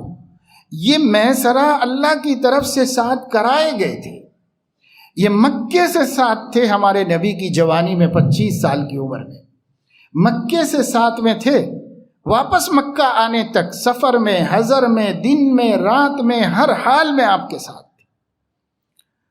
اور جب وہ واپس آئے ہیں، ایک منزل پہلے سے اطلاع ہو گئی تھی کہ قافلہ آ رہا ہے تاجروں کا، ایک منزل پہلے ہی خبر آ جاتی تھی، خبر آ گئی تھی مکے میں، اور حضرت خدیجہ کو انتظار تھا کہ میں نے جو ڈھیر سارا مال دے کر بھیجا ہے مزاربت پر، تجارت کے واسطے، اس تجارت کا بڑا نفع ہونے کی خبریں بھی تھی، تو اب میرا مال بہت نفع کے ساتھ واپس آ رہا ہے، تو بے چینی سب کسی کو ہوتی ہے۔ تو اس قافلے کے آنے کے لیے استقبال ایک شریف عورت ہونے کی وجہ سے گھر میں تھی، گھر ہی میں سے استقبال کیا۔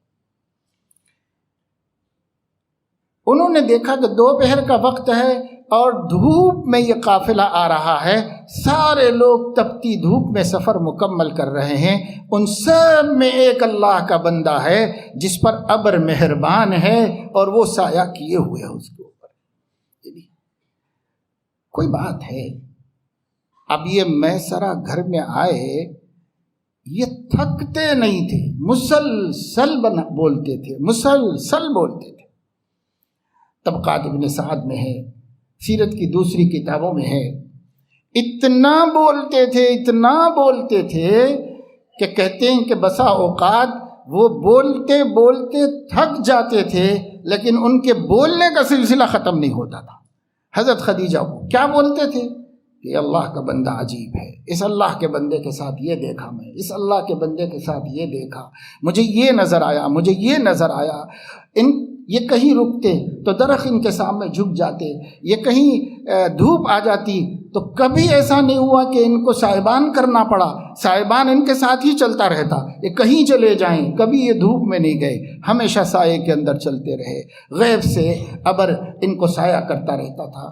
اور ان کا یہ تھا، لوگوں سے ملے تو لوگوں نے یہ کہا، ابو حیرہ کے پاس گئے انہوں نے یہ کہا، وہاں گئے انہوں نے یہ کہا، یہ کہا، نستورہ سے ملاقات ہوئی تھی، اس کا ذکر کیا، اس کا ذکر کیا، تو اتنی باتیں سنائیں۔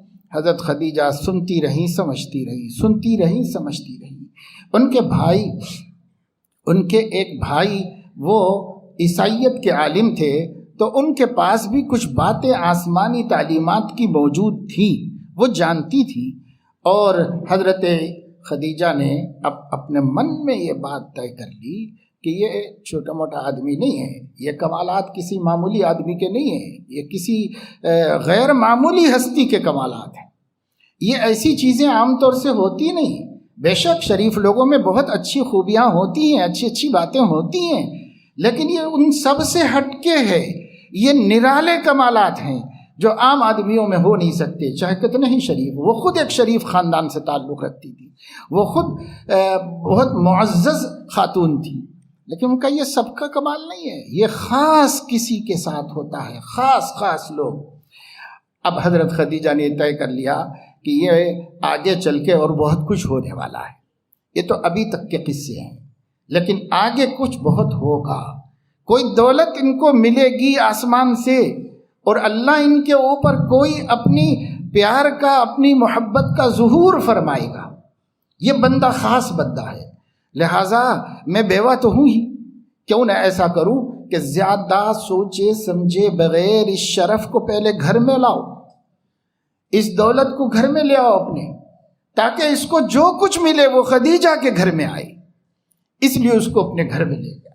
اب حضرت حضور علیہ السلام نے نکاح کر لیا، اب ان کے گھر میں رہنے لگے، رسول اللہ صلی اللہ علیہ وسلم وہیں پر رہنے لگے، اور پہلی وحی آئی تو حضور علیہ السلام انہی کے گھر گئے سب سے پہلے، اور فرمایا زملونی زملونی، اور سیدہ خدیجہ نے ہی چادر اڑائی، اور سیدہ خدیجہ نے ہی نے آپ کو تسلی دی، اور سیدہ خدیجہ ہی نے آپ سے کہا کیا بات پیش آ گئی میرے پیارے؟ حضور علیہ السلام نے ساری بات سنائی، اپنے چچا زاد بھائی ورقہ کے پاس وہی لے کے گئیں، اور وہاں پر جب انہوں نے ڈکلیئر کر دیا کہ یہ وہی ناموس ہے جو موسیٰ کے پاس آیا کرتا تھا، اب آپ کے پاس آیا ہے، یعنی وہ جبرائیل ہیں اور وحی لائے ہیں۔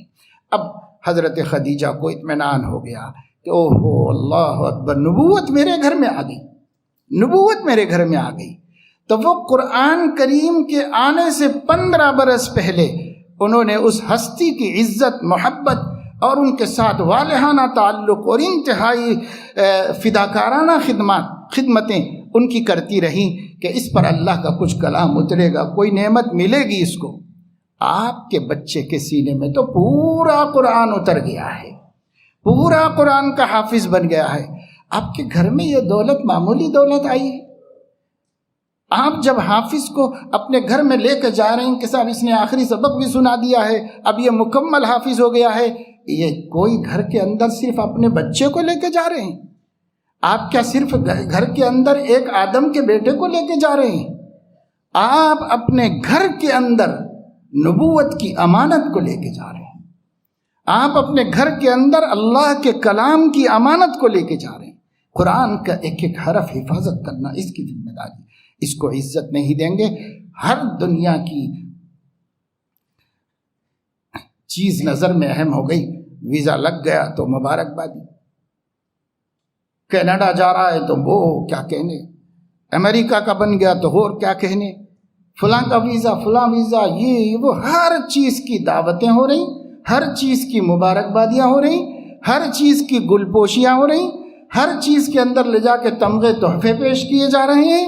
سب فنا ہونے والی نعمتیں ہیں، لیکن جو نعمت باقی رہنے والی، آپ کو بخشنے والی نعمت ہے، اس نعمت کے لیے آپ کے گھر میں کوئی خوشی و جشن نہیں ہوا، کوئی مسرت کا اظہار نہیں ہوا کہ بخشنے والی نعمت ہے۔ ہم نے فون کیا کہ بچے چلو ختم قرآن ہے، کسی کے باپ آئے ہیں، کسی کے آئے بھی نہیں، اس واسطے کہ ہاں جاؤ بیٹا ختم کرا لو۔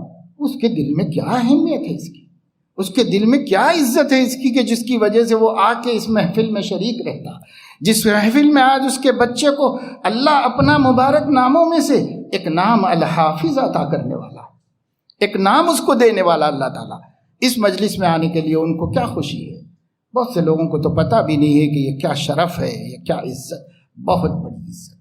اللہ کہے گا قیامت میں حافظ آؤ، اللہ پاک بلائیں، اور قرآن اس کے ساتھ اس کے گلے میں لٹک گیا ہے، اور قرآن کریم کہے گا کہ اللہ اس کی عزت افزائی فرمائیے، اس نے میری عزت کی ہے، آپ اس کی عزت کیجیے۔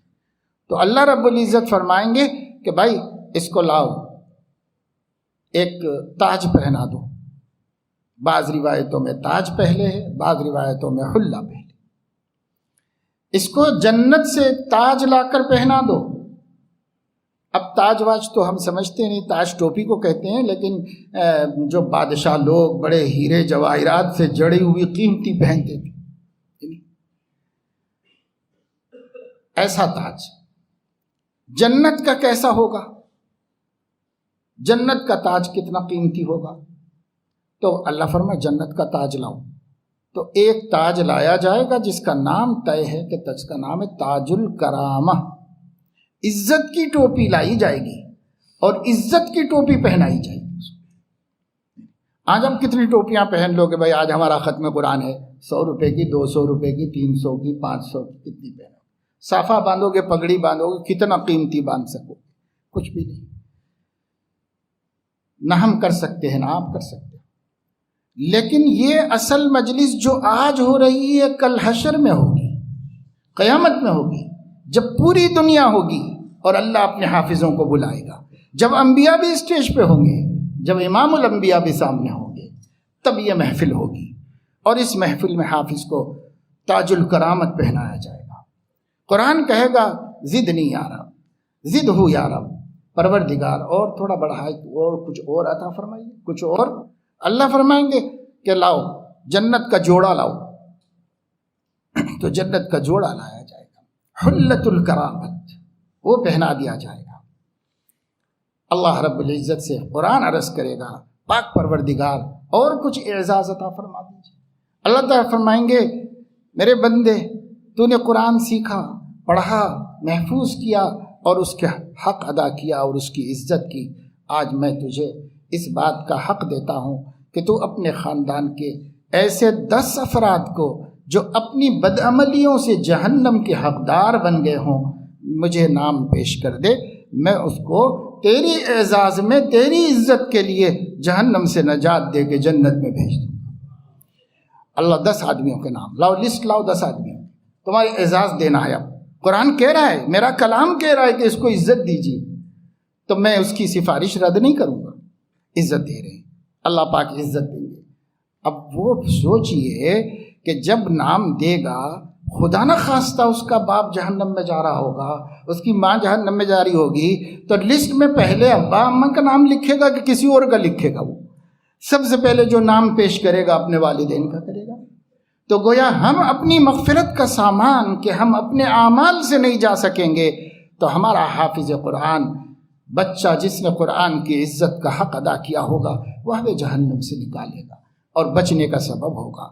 اور خاندان کے کتنے لوگ اس شرف پر، اس عزت پر ہمیں کتنی خوشی ہونی چاہیے، لیکن ہمیں کوئی خاص ایسی خوشی اس موقع کے اوپر عام طور سے نہیں ہوتی۔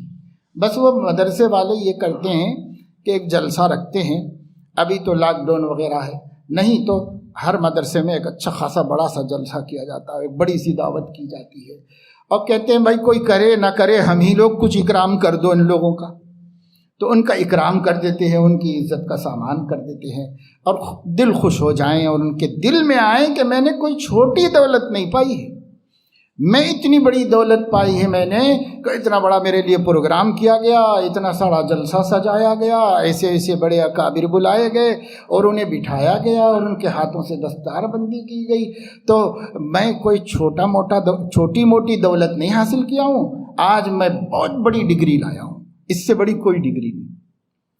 حافظ قرآن سے بڑی کون سی ڈگری ہو سکتی ہے بھائی؟ اس سے بڑی کوئی کتاب نہیں، اس سے بڑی کوئی ڈگری نہیں، اس سب سے بڑی سند لینے کے لیے آیا ہے، سب سے بڑی سند۔ تو ان کو احساس ہو اور وہ احساس کمتری میں مبتلا نہ ہو۔ اپنے بارے میں سماج نے جو ان کو نظر سے گرا دیا ہے، سماج نے جو حفاظ کو قرہ کو سائڈ میں کر دیا ہے، نماز تو ان کے پیچھے پڑھتے ہیں لیکن خیال ان کا کچھ نہیں رکھتے، صرف نماز پڑھنے کے لیے ان کے پیچھے ہے، بھائی ہمارے امام صاحب ہیں، ہمارے امام صاحب ہیں، نماز پڑھتے ہیں۔ ارے اللہ کی بارگاہ میں اپنا نمائندگی کرنے کے لیے جس کو قائد بنا کے اللہ کے سامنے پیش کیا ہے، اس کا کچھ خیال لحاظ بھی تو کرو، اس کی اپنی دکھ درد کا خیال بھی تو کرو، اس کی پریشانیوں کا خیال بھی تو کرو۔ وہ سب نہیں، صرف امام بنائیں گے، بس ختم، امام بنائیں گے، اس سے زیادہ کچھ کرنے کے لیے ہم تیار نہیں۔ کبھی کوئی نہیں پوچھا متولی صاحب سے کہ متولی صاحب ہمارے امام صاحب 5 وقت گھر سے آتے ہیں اور پابندی سے ہمیں نماز پڑھاتے ہیں، کیا دے رہے ہیں آپ ان کو؟ کبھی پوچھا؟ کوئی مسلی پوچھتا ہے؟ مسلی کو اس سے کیا مطلب ہے کہ امام صاحب کو کمیٹی کیا دے رہی کیا نہیں دے رہی، اس سے اس کو کیا مطلب ہے؟ مؤذن صاحب کو کیا دے رہی ہے؟ حافظ قرآن کا کتنی تنقیص و توہین ہو رہی ہے، تو کیا مطلب ہے اس کا؟ آج ہم لوگوں نے گرایا اتنا گرایا کہ پھر غیروں کی نظر میں بھی حافظ کی وقت نہیں رہ گئی۔ نتیجہ یہ ہوا کہ جب حکومت تلنگانہ نے فیصلے کیے تھے کہ ہم ائمہ کو کچھ نذرانے دیں گے، تو کیا طے کیے تھے؟ تو حکومت ائمہ کرام کے لیے 6,000 8,000، اور اسی حکومت نے جو پجاریوں کے لیے نذرانے طے کیے تھے وہ کتنے تھے؟ وہ 50,000 کے نذرانے طے کیے تھے۔ تو اب آپ سوچئے کہ ان لوگوں نے اسکیل کیا لیا، جو خود مسلمانوں کی نظر میں جتنا مقام ہے اسی حساب سے ہم دے دیں گے۔ جب خود مسلمان نہیں دیتے تو ہم کیوں دیں؟ مسلمان خود اتنا ہی امام کو اس سے زیادہ کا حقدار ہی نہیں سمجھتے۔ جب وہ لوگ ہی نہیں سمجھتے تو وہ تو اتنے سے دینے سے بھی خوش ہو جائیں گے. اور اس پر کمال یہ کہ حکومت نے جب دینے کی بات کہی تو متولی صاحب نے، صدر صاحب نے دستبرداری اختیار کری. ارے عقل مند، جو آپ پہلے سے دے رہے تھے، زیادہ نہیں دے رہے تھے، شاید آپ کی مجبوری تھی ہوگی، تو ادھر سے کچھ گورنمنٹ بھی دے رہی تھی، تو آپ خوشی خوشی کہتے کہ حافظ صاحب وہ بھی لے لیجئے اور ہم جو دے رہے ہیں یہ بھی نہیں بند کریں گے. ہم نہیں، کئی متولیوں نے اپنا بند کر دیا، وہاں سے مل رہا نا، آپ کیا ضرورت ہے. تو یوں سمجھتے ہیں کہ حافظ جو ہے وہ آسمانوں پہ جیتا ہے، زمین پہ نہیں رہتا، وہ یہ سمجھتے ہیں. لیکن کوئی بات نہیں، آپ نہ کریں. یہ حافظ کی محرومی نہیں، اور حافظوں کو سمجھنا بھی نہیں چاہیے کہ یہ ہماری محرومی ہے. ہم نے یہ قرآن یہ 4 کوڑیوں کے لیے کمانے کے لیے نہیں پڑھا ہے، ہم نے یہ قرآن آخرت کمانے کے لیے پڑھا ہے. وَلَلْآخِرَةُ خَيْرٌ لَكَ مِنَ الْأُولَىٰ. آپ بھی دل چھوٹا نہ کریں، آپ بھی احساس کمتری میں مبتلا نہ ہیں. اور آپ سب عوام سے ہم کہتے ہیں آپ بھی مت کرو ان کی فکر، لیکن انشاءاللہ حلف بخدا، خدا قرآن کا رب حافظ قرآن کو نہ کبھی بھوکا رکھا ہے نہ کبھی بھوکا رکھے گا. یہ اللہ رب العزت کا معاملہ ہے. ہاں، حافظ خود قرآن کی توہین کرے تو ہم اس کی ضمانت نہیں لیتے، لیکن اگر وہ قرآن کی توہین نہیں کر رہا ہے تو نہ کبھی بھوکا رہا ہے نہ کبھی قیامت تک رہے گا. یہ تو اللہ کی شان کے خلاف ہے کہ کوئی اس کی کتاب کی حفاظت کر رہا ہو اور وہ اسے بھوکا رکھے. یہ اللہ کی شان کے خلاف ہے. ہمارے اعتماد کی کمی ہے، ہمارے توکل کی کمی ہے. ہمارے زمانے کے اندر بنا دیے گئے ایک ماحول کی وجہ سے اپنی نظروں میں ہم نے اپنے آپ کو گرا لیا ہے، اپنے کو حقیر سمجھ لیا ہے اپنی نظروں میں، کیونکہ زمانے نے ایسا ماحول بنا کے رکھا ہوا ہے. تو اس لیے حافظوں، کبھی اپنے کو چھوٹا نہ سمجھو. غرور نہیں، فخر نہیں، لیکن اپنی دولت کا احساس ضرور ہونا چاہیے کہ دولت ہمارے پاس کیا ہے. ہمارے پاس بہت بڑی دولت ہے. اتنی بڑی دولت آج تک دنیا میں کسی کالج سے کسی کو نہیں ملی، کسی یونیورسٹی سے کسی کو یہ اعزاز نہیں ملا. جو حافظ قرآن کو حافظ ہونے کا اعزاز ملا، کسی کو نہیں ملا.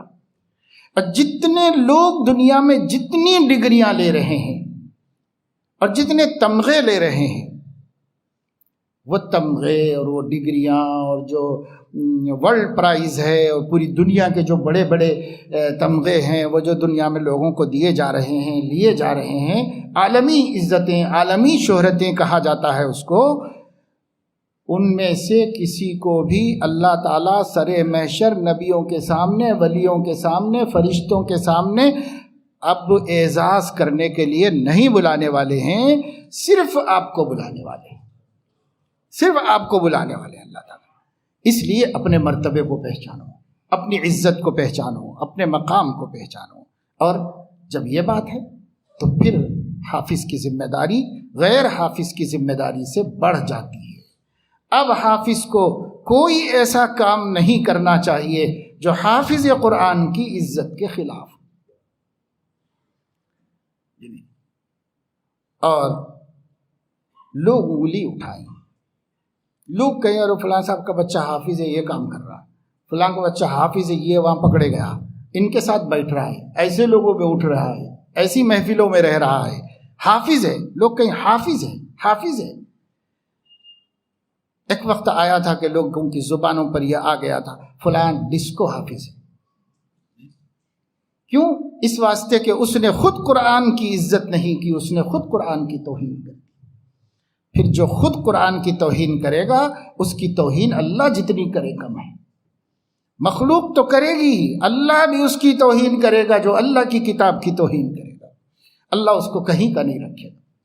اللہ نہ اپنے نبی کی توہین کرنے والوں کو بخشتا ہے، نہ اپنے قرآن کی توہین کرنے والوں کو بخشتا ہے. اس لیے حافظوں پر معمولی ذمہ داری نہیں ہے. وہ تقوی کو اختیار کریں، وہ پرہیزگاری کے ساتھ رہیں، ان کی نماز کبھی فوت نہیں ہونی چاہیے، ان کی وضاقتہ اپنے نبی کے حلیے سے بگڑ کر دوسری نہیں بن جانی چاہیے. انہیں قرآن کریم کا پڑھتے رہنا چاہیے، انہیں قرآن سمجھنا چاہیے. اللہ توفیق دے تو پورا عالم دین بننا چاہیے، اور اس کے بعد قرآن کا سچا وارث بن کر اس پوری کائنات میں اللہ کی کتاب کی روشنی پھیلاتے رہنا چاہیے تا وقت کہ موت آ جائے. یہ ذمہ داری کو محسوس کرنا چاہیے۔ یہ نہیں ہے کہ اگر آپ قرآن حفظ کر لیے، حافظ بن گئے، بس نام ہو گیا اور آپ نے قرآن کا حق نہیں ادا کیا، تو اللہ تعالیٰ قیامت میں بلائیں گے اور یہ جو قرآن سفارش کر رہا تھا یہی قرآن شکایت کرے گا اللہ کے ساتھ، اور نہ صرف قرآن کرے گا، نبی بھی کرے گا۔ قال الرسول یا رب ان قوم اتخذوا هذا القرآن مہجورا، رسول کہیں گے اے پروردگار، یہ میری قوم نے قرآن کو چھوڑ دیا تھا، علیحدہ کر دیا تھا قرآن کو اپنے آپ سے، تو اگر ہم بہت بڑے مجرم ہوں گے، بہت پچھتائیں گے، بڑی ذلتیں قیامت کے دن ہوں گی۔ حدیث پاک میں ہے کہ چہرے پہ گوشت نہیں ہوگا جس نے جان بوجھ کر قرآن بھلا دیا ہو، ایسے آئے گا قیامت کے دن۔ بڑی ذلتیں ہیں، جیسے عزتیں میں نے بتائیں ایسی ذلتیں بھی ہیں اگر قرآن کی تنقیص توہین خود حافظ قرآن نے اگر کی۔ اس لیے جن کے سینوں میں قرآن ہے، چاہے وہ پرانے حافظ ہوں، چاہے اب بننے جا رہے ہوں اور جو آئندہ بننے والے ہیں، سب کے سب کو جہاں اس کے شرف کو ماننا چاہیے وہیں اس کی توہین کرنے کی ذلتوں کو بھی اچھی طرح ذہن میں رکھنا چاہیے۔ اللہ اس دنیا میں بھی حالات کے حوالے کر دے گا اور اللہ تعالیٰ آخرت میں بھی سخت ذلت اور رسوائی کا سامنا کرنے پر مجبور ہوں گے۔ کیوں؟ اس واسطے کہ ہم نے اس کی کتاب کی توہین کی۔ تو بس یہ چند باتیں ہیں جو اس مناسبت سے میں نے عرض کی اور سب کے کام کی، اس لیے کہ طلباء کا ختم قرآن بھی ہے تو میں نے آپ لوگوں کے سامنے یہ باتیں اس لیے کہی تھی۔ ایک اور بات میں آپ سے کہنا چاہ رہا تھا، وہ بات بس وہ دوسری آیت سے متعلق ہے، اسے میں مختصراً کہوں گا، اور وہ یہ ہے اپنی اولاد کی تربیت کرو۔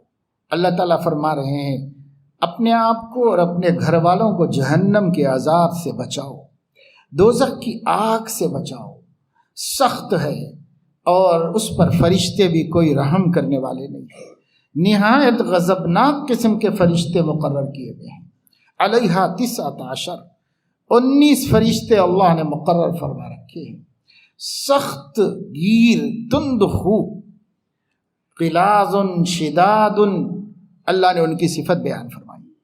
بلکہ ابن کثیر میں ایک روایت ہے کہ خلقت من غضب الرب، وہ فرشتے مقرر ہیں جو اللہ کے غصے سے پیدا کیے گئے ہیں، جن کا خمیر خدا کا غضب ہے اس سے پیدا ہوئے ہیں، وہ مقرر کیے گئے ہیں وہاں پر۔ ان کو کس پہ رحم آئے گا اور وہ کس کے ساتھ رعایت کریں گے؟ ان کا کسی سے رشتہ نہیں ہے، ساجھا نہیں ہے۔ وہ فرشتوں کی نگرانی میں جہنم میں ڈالا جائے گا۔ بچاؤ اپنے اولاد کو، گھر والوں کو اس آگ سے بچاؤ، اس آگ سے بچاؤ۔ یہ آگ پانی سے نہیں ٹھنڈی ہوتی، یہ آگ فائر انجن سے نہیں بجھتی۔ اس آگ سے بچانے کا ایک ہی طریقہ ہے کہ اس میں جانے نہ دیا جائے، اس میں جانے نہ دیا جائے، ایک طریقہ ہے بس۔ اور وہ جانے نہ دینے کا طریقہ کیا ہے؟ اپنے بچوں کے عقیدے درست کرو، اپنے بچوں اور گھر والوں کے ایمان صحیح کرو۔ آج ایمانیات کا تک پتہ نہیں، ہماری گھر والی، ہمارے بچے جوان ہو رہے ہیں، ابھی تک اس کو پتہ نہیں ہے کہ ایک مومن کے عقیدے کیا ہونے چاہیے، اس کو اس کا پتہ نہیں۔ بنیادی طور پر چونکہ مجموعی ایمان لائے ہوئے ہیں کہ صاحب ہم مومن ہیں اور ہم وہی سب باتیں مانتے ہیں جو ماننا چاہیے، جیسے کہ وَقَبِلْتُ جَمِيعَ أَحْكَامِهِ کے تحت مومن ہے، یعنی آمنت باللہ کما ہوا بأسمائہ وصفاتہ وقبلت جمیع احکامہ، بس اس کے تحت مسلمان ہیں۔ اور افسوس کی بات یہ ہے کہ بہت سی ماؤں کو، ہمارے بچوں کی ماؤں کو کما ہوا باسمائہ و صفاتہ بھی نہیں معلوم کہ کیا چیز ہے، وہ بھی نہیں معلوم، اتنا یعنی اس کا ترجمہ بھی نہیں معلوم کہ اتنے کو تو مان لے کم سے کم، تو اس کا ترجمہ تک نہیں معلوم۔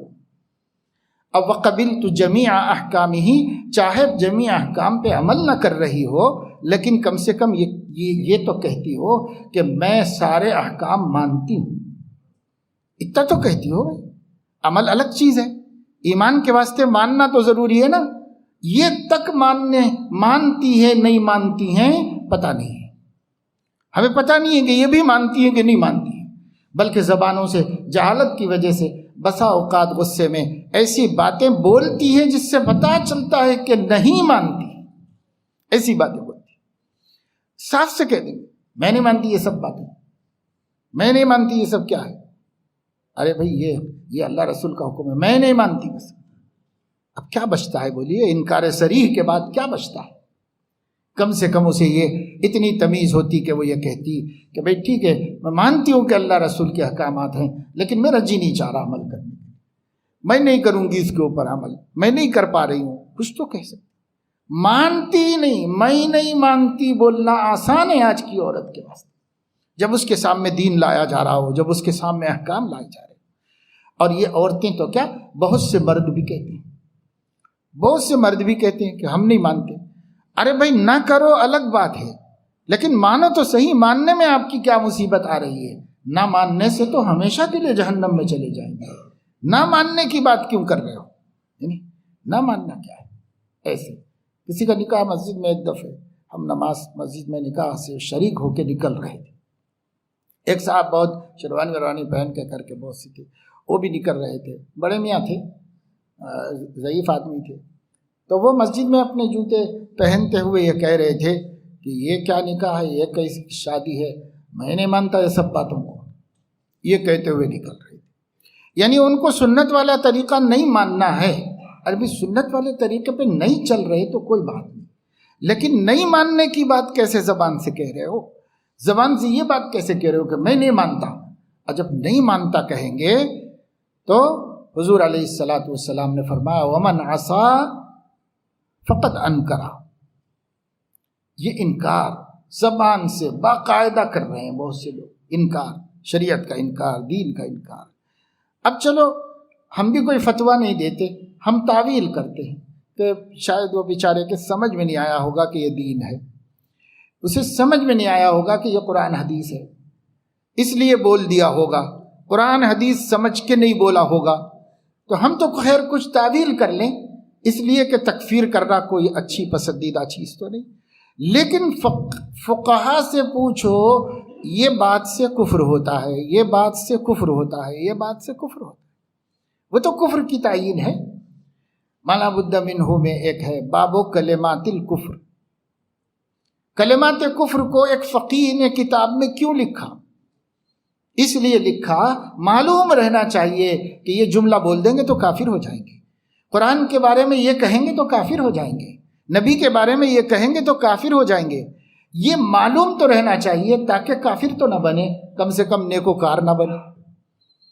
تو عقائد کی تعلیم، ایمانیات کا مذاکرہ، اللہ کے معرفت، نبی کی عظمت اور ان کے حقوق کا تذکرہ کہ نبی کے ہم پہ کیا کیا حقوق ہیں، یہ گھر میں کرو.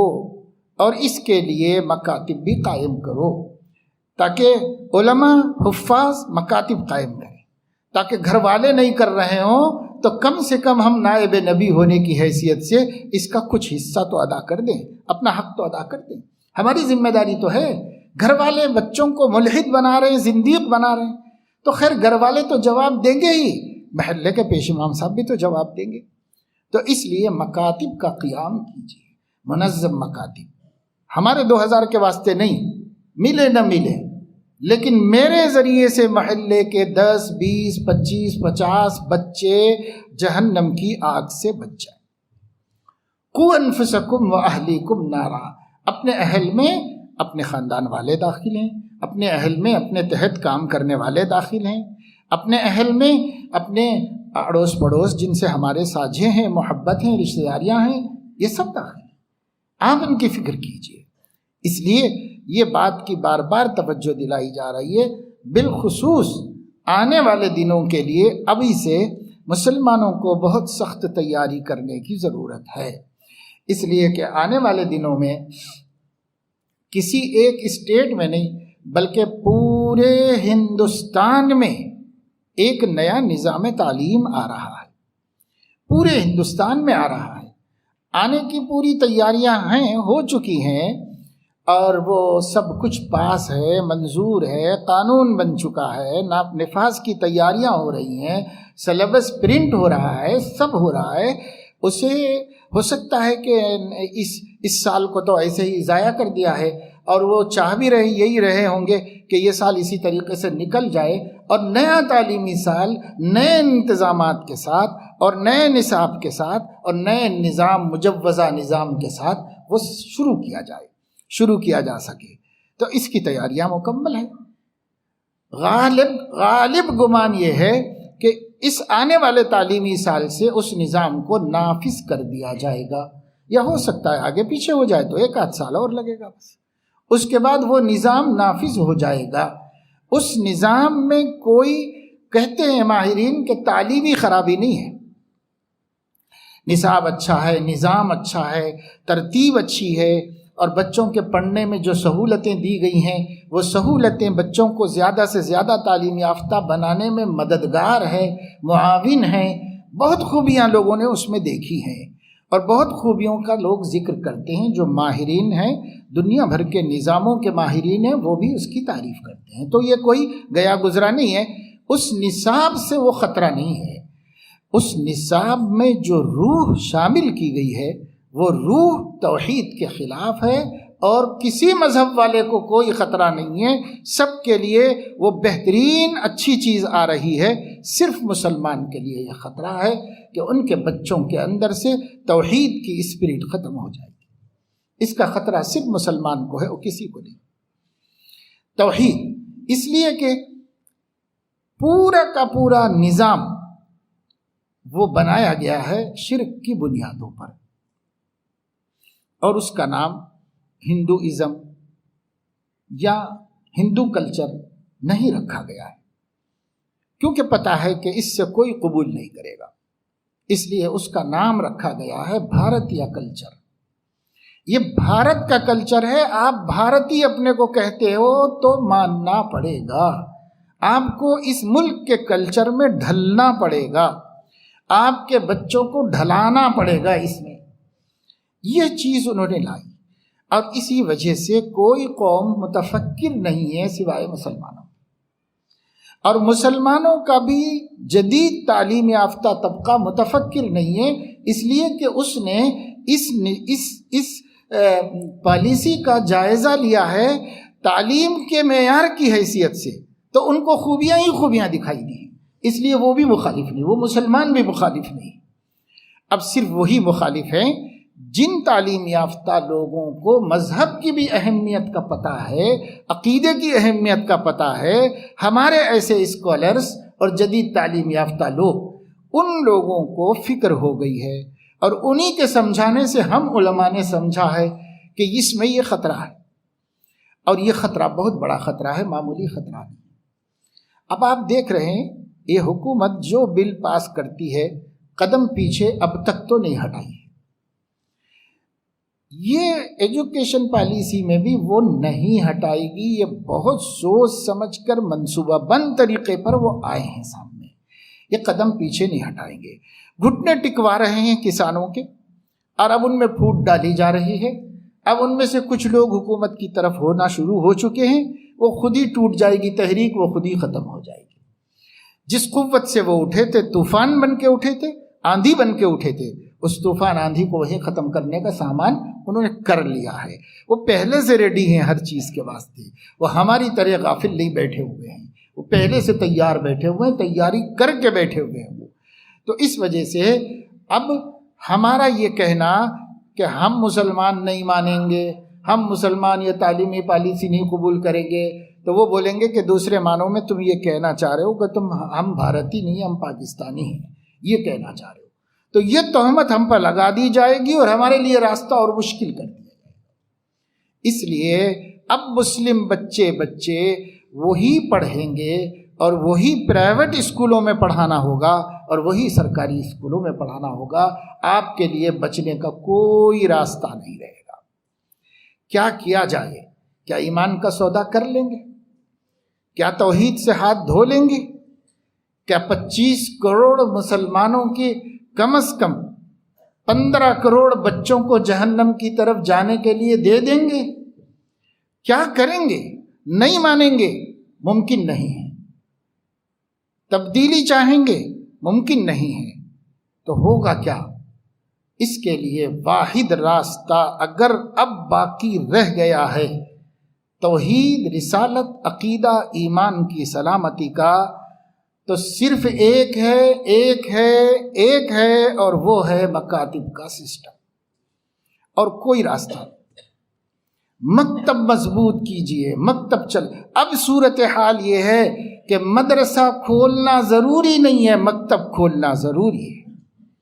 مدرسے کی تعلیم فرض کفایہ ہے اور مکتب کی تعلیم فرض عین ہے۔ فرض عین کی طرف توجہ دیجیے۔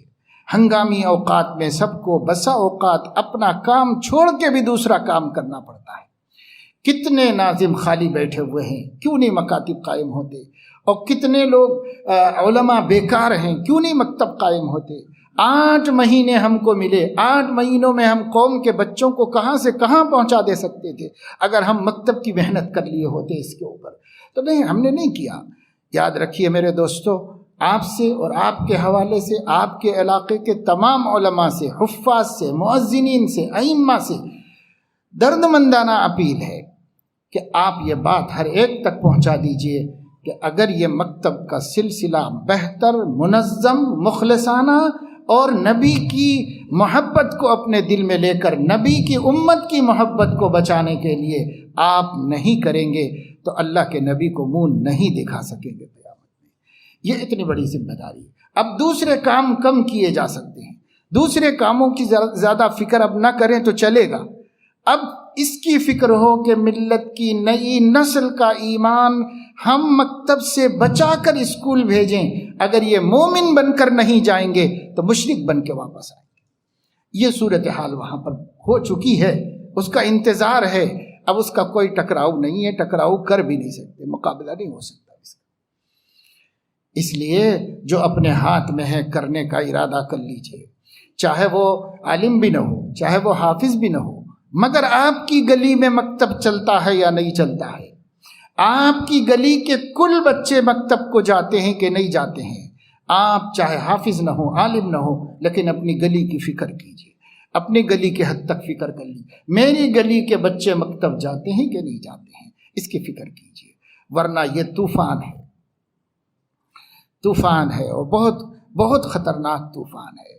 اور وہ سونامی آئی تھی ہوگی تو آ کر کے کچھ لوگوں کو ہلاک کر کے گئی ہوگی، جو ایمان پہ مرے جنت میں گئے اور جو بے ایمانی میں گئے اپنے انجام کو گئے، اتنا ہی تو ہوا۔ یہ طوفان، یہ سیلاب، یہ موجیں ہماری زندگی لے سکتی ہیں، ہماری جان لے سکتی ہیں، لیکن یہ جو طوفان، جو سیلاب آ رہا ہے اور مضبوط موج، خطرناک موج کی شکل میں آ رہا ہے، یہ ہمارے بچوں کا ایمان لینے والا ہے، اس سے کم کے لیے راضی نہیں ہے، ایمان لینے والا ہے۔ نفاق، دجل، دجالی باتیں، دجالی آڈیوز، دجالی ویڈیوز اور دجالی کیا کہتے ہیں آپ کا سوشل میڈیا اور دجالی پرنٹ میڈیا اور دجالی الیکٹرونک میڈیا، سارا کا سارا اس وقت دجال کے مددگار بنے ہوئے ہیں۔ کوئی توحید کا حامی نہیں ہے اور کوئی ایمان اور اسلام کا مددگار نہیں۔ تو آپ کیسے بچیں گے؟ کیسے اپنے بات کو پھیلائیں گے؟ کیسے کام کریں گے؟ بچے ابھی اپنے ہاتھ میں ہیں، اپنے ہی گھر میں ان کو ایسا مومن بناؤ، ایسا پکا موحد بناؤ، یہ پہاڑ ٹکرائے، اس سے موجیں ٹکرائیں، موجیں ٹوٹ جائیں، لیکن ہمارے بچے کا ایمان نہ ٹوٹنے پائے۔ ایسا یقین بنانا، ایسی محبت نبی کی پیدا کر دینا، ایسی محبت اللہ کی معرفت پیدا کر دینا، قرآن سے تعلق جوڑ دینا اور عقیدے اچھی طرح گھول کے پلا دینا، اس کے بغیر ہم مومن نہیں ہیں۔ یہ محنت فرض عین ہے۔ اب اگر یہ محنت ہم نہیں کریں گے تو پھر ہماری دوسری خدمتیں ہمیں نجات نہیں دلا سکیں گی۔ یہ اہم خدمت آ گئی ہے ہمارے سامنے، اور حالات بدلتے ہیں، احکام بدلتے ہیں، زمانہ بدلتا ہے، طریقے بدلتے ہیں۔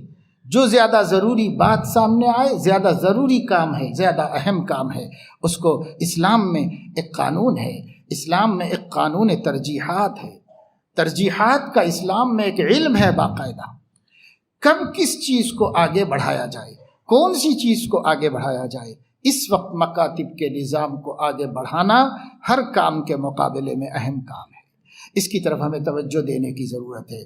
آپ سب حضرات یہاں سے عزم لے کر، ارادہ لے کر جائیں، جہاں سے بھی آئے ہیں وہاں جا کر اپنے علماء کو چوکنا کریں، اپنے ائمہ کو، اپنی اپنی مسجد کے امام کو، اپنے اپنے مسجد کے مؤذن کو، محلے میں رہنے والے حافظان قرآن کو اپنے گھر میں دعوت دیجئے، چائے پانی پہ ناشتے پہ بلائیے، یا آپ ان کو بریانی کھلائیے، بلا لیجئے، ایک موقع مل جائے گا ان سب سے دوستی کا، اور ان سب سے کہیے آج ہم آپ کو بلائے ہیں، اور آپ کو بھی تعجب ہوگا کہ کیوں ہمیں خیال آ گیا کہ آپ کو ہم نے آج بلایا ہے، نہ شادی ہے، نہ عقیقہ ہے، اور نہ ولیمہ ہے، نہ کچھ، ہم آپ کو کیوں بلائے ہیں کھانے پر؟ ہم آپ کو اس لیے بلائے ہیں، ایک درد اپنے سینے میں لائے ہیں، وہ درد بانٹنا چاہتے ہیں، ایک فکر اپنے ذہن میں لائے ہیں، وہ فکر آپ کے اندر منتقل کرنا چاہتے ہیں۔ یہ کام میں نہیں کر سکتا، میں آپ کی مدد کروں گا، آپ یہ کام کر لیجیے، اس کے لیے کرو، اگر کریں گے انشاءاللہ تعالی، اگر آپ یہ کام کریں گے بچوں کو ہم بچا لیں گے، ورنہ دوستو نہ میں رہوں گا نہ آپ رہیں گے، ہماری نسل کہاں رہے گی اللہ بہتر جانتا ہے۔ ہمارے نبی کی روح کتنی تڑپے گی ہم نہیں بتا سکتے۔ 25 کروڑ مسلمانوں کی اولاد کے دین کا اور توحید اور عقیدے کا سوال ہے، ہمارے نبی کتنا تڑپیں گے ہم نہیں کہہ سکتے، ہمارے اللہ کو کتنا غصہ آئے گا ہم نہیں کہہ سکتے۔ اس لیے ذمہ داریوں کو پورا کرو۔ ہم حقیر ہیں، ہم کمزور ہیں، ہم ضعیف ہیں، وسائل سے محروم ہیں، نہ اقتدار ہمارے پاس ہے، نہ فوج ہے، نہ لشکر ہے، نہ مال ہے، نہ دولت ہے، نہ تجارتیں ہیں، نہ زمینیں ہیں، ہمارے پاس کچھ نہیں، ہم کمزور ہیں، پر ہمارے دلوں میں ہمارے اللہ پہ بھروسہ ہے۔ اور ایک بات ہمارے پاس ہے جو سب باتوں کی محرومی کو برداشت کر لے سکتی ہے، وہ یہ لنا مولانا ولا مولا لکم، ہمارے پاس مولا ہے، تمہارے پاس مولا نہیں۔ اللہ مولانا ولا مولا لکم، لوگوں نے کہا ہمارے پاس عزا ہے، حضور نے فرمایا ہمارے پاس مولا ہے، تمہارے پاس مولا نہیں۔ بس صحابہ اسی پہ جیے، صحابہ اسی پہ کھڑے، اور صحابہ نے جنگیں جیتی۔ لنا مولانا ولا مولا لکم، ہمارے لیے اللہ مولانا ولا مولا لکم، اللہ ہمارا مولا ہے، تمہارے پاس مولا نہیں ہے، اب چلو لڑیں گے، کون جیتتا ہے دیکھ لیں گے۔ اپنے اللہ کو اپنا مولا مان کر، اپنے مولا کے بھروسے پر ہمیں یہ جنگ جیتنی ہے کہ اس ملک کی، اس دھرتی پر بسنے والے مسلمانوں میں ایک گھر میں ایک بھی ملحد نہیں بنے گا، ایک بھی دہریت کو، شرک کو قبول نہیں کرے گا، یہ ہمیں یقینی بنا لینا ہے، ورنہ ہمارے جینے سے مر جانا بہتر ہے، اور زمین پر رہنے سے زمین کے نیچے چلے جانا بہتر ہے۔ اگر ہم یہ نہیں کر سکے، بڑی بات ہے، بہت اہم بات ہے، بہت اہم بات ہے۔ لڑائی جھگڑے چھوڑو، آپس کے اختلافات ختم کرو، تمہاری موت کے فیصلے ہو رہے ہیں اور تم معمولی باتوں میں رشتے توڑے ہوئے ہو، پڑوسیوں سے لڑے ہوئے ہو، اور آپس میں انتشار، اختلاف، جھگڑے، مولوی کا اختلاف، امام کا اختلاف، حافظ کا اختلاف، لیڈر کا اختلاف، سب مل کر تتر بتر ہیں، اور دنیا چاہ رہی ہے کہ ہم ایسے ہی رہیں، اور بلکہ اس میں اور اضافہ کیا جائے تاکہ ہمیں سوچنے کا، سنبھلنے کا موقع ہی نہ ملے اور ہم برباد کر دیے جائیں۔ تو اس لیے فتنے ختم کرو، اختلافات ختم کرو، جھگڑے ختم کرو، اللہ کے نام پر ایک امت بن کر اس امت کو آنے والے فتنوں سے بچاؤ۔ حضرت عمر رضی اللہ تعالیٰ عنہ نے حضرت حذیفہ سے پوچھا تھا کہ فتنوں کے بارے میں کیا جانتے ہو؟ انہوں نے کہا کہ فتنۃ الرجل فی مالہ و اہلہ و جارہ وکفارتها الصلاۃ والصیام والصدقۃ، یہ سب کہا بخاری شریف میں حدیث ہے نا۔ تو حضرت عمر نے کہا میں یہ نہیں پوچھ رہا ہوں، یہ فتنے مجھے معلوم ہے، یہ فتنے نہیں پوچھ رہا ہوں، میں ان فتنوں کے بارے میں پوچھ رہا ہوں جو دریا کی موجوں کی طرح خطرناک اور خوفناک ہوگی۔ یہ جو فتنہ آ رہا ہے مسلمانوں کے حق میں، یہ فتنہ دریا کی موج کی طرح خطرناک ہے۔ یہ گھر بیٹھ کے مقابلہ نہیں کر سکتے، یہ اپنا گھر مضبوط ہے اس لیے نہیں بچ سکتے، میں مسجدیں ہیں اس لیے نہیں بچ سکتے، اذانیں ہو رہی اس لیے نہیں بچ سکتے، نماز ہم پڑھ لیتے ہیں اس لیے نہیں بچ سکتے۔ یہ موج بہت خطرناک موج ہے، وہ ان سب چیزوں کے اوپر سے بہا کے لے جائے گی اگر ہمارا عقیدہ مضبوط نہیں، ہمارا دین مضبوط نہیں، اور ہمارے بچوں کو اللہ رسول کی معرفت نہیں اور نہ ان کی محبت نہیں، تو پھر یہ طوفان اور یہ موج سب کو بہا کے لے جائے گی، کا غصہ السیل، سب ختم ہو جائیں گے۔ اللہ بچائے، اللہ بچائے۔ میں دوستوں اور بزرگوں مایوسی کی باتیں نہیں کر رہا ہوں کہ کوئی مایوس ہو، مایوس کسی کو نہیں، مومن مایوس ہوتا ہی نہیں، مومن مایوس ہوتا ہی نہیں، اور نبی کا غلام کبھی مایوس نہیں ہوتا ہے، نبی کا غلام ہمیشہ ہمت اور حوصلے سے رہتا ہے۔ اس لیے یہ مایوس کرنے کے لیے نہیں کہہ رہا ہوں، بے فکریوں کو ختم کرنے کے لیے، غفلتوں کے ازالے کے لیے کہہ رہا ہوں کہ ہماری بے فکری اور غفلت ختم ہو جائے، ہم اپنے اپنے علاقوں میں کچھ کرنے والے بن جائیں، اپنی اپنی بستیوں میں ہمارے ذریعے سے ہمارے نبی کی امت کی نسل بچ جائے اور محفوظ ہو جائے۔ اس کے لیے ہمیں کرنا ہے۔ اب جو مسجدیں، نمازیں، اذانیں دکھائی دے رہی ہیں، اس کو کافی مت سمجھو، یہ ہمارے بعد والوں کا قصہ ہے۔ اگر ہم نہیں بچائیں گے تو ہمارے بعد والوں کو کون بچائے گا؟ یہ قصہ ان کا ہے۔ ان مناظر سے خوش مت ہو جاؤ، اتنے سارے لوگ لاک ڈاؤن بھی ہے، مسجد میں جمع ہیں اور بیٹھے ہوئے، اتنے حافظ قرآن ہیں، ہم کیسے بھٹکیں گے؟ یہ اب ہیں، ان کا مسئلہ نہیں ہے۔ اب جو گودوں میں پل رہے ہیں ان کا مسئلہ ہے، اب جو اسکولوں میں جانے والے ہیں ان کا مسئلہ ہے۔ تو اس لیے ہمیں اپنے دین کی حفاظت خود کر لینی ہے، اپنے عقیدے کی حفاظت خود کر لینی ہے۔ نہ آسمان کا فرشتہ کرے گا، نہ کوئی حکومت کرے گی، آپ کو خود کرنا ہے۔ اپنی فکر کرو، اپنی فکر کرو۔ اللہ پاک مجھے آپ کو سب کو توفیق عمل نصیب فرمائے، اور ہم سب کو اللہ کی معرفت کامل نصیب فرمائے، توحید خالص نصیب فرمائے، اور سیدنا محمد الرسول اللہ کی معرفت نصیب فرمائے، ان سے سچی محبت نصیب فرمائے، قرآن کی معرفت نصیب فرمائے، اور اس کی اطاعت کی توفیق عطا فرمائے۔ اور اللہ ہم سب کو اپنے نبی کا سچا وفادار سپاہی بنا دے، اپنے نبی کا عاشق صادق بنا دے اللہ تعالیٰ، اور ان کی کڑھن کو، ان کی چبھن کو، اور ان کے دل کی جلن کو محسوس کرنے والا بنا دے، اور اس سے ان کو بچانے کی کوشش کرنے کی توفیق نصیب فرمائے۔ آمین۔ وآخر دعوانا ان الحمد للہ رب العالمین۔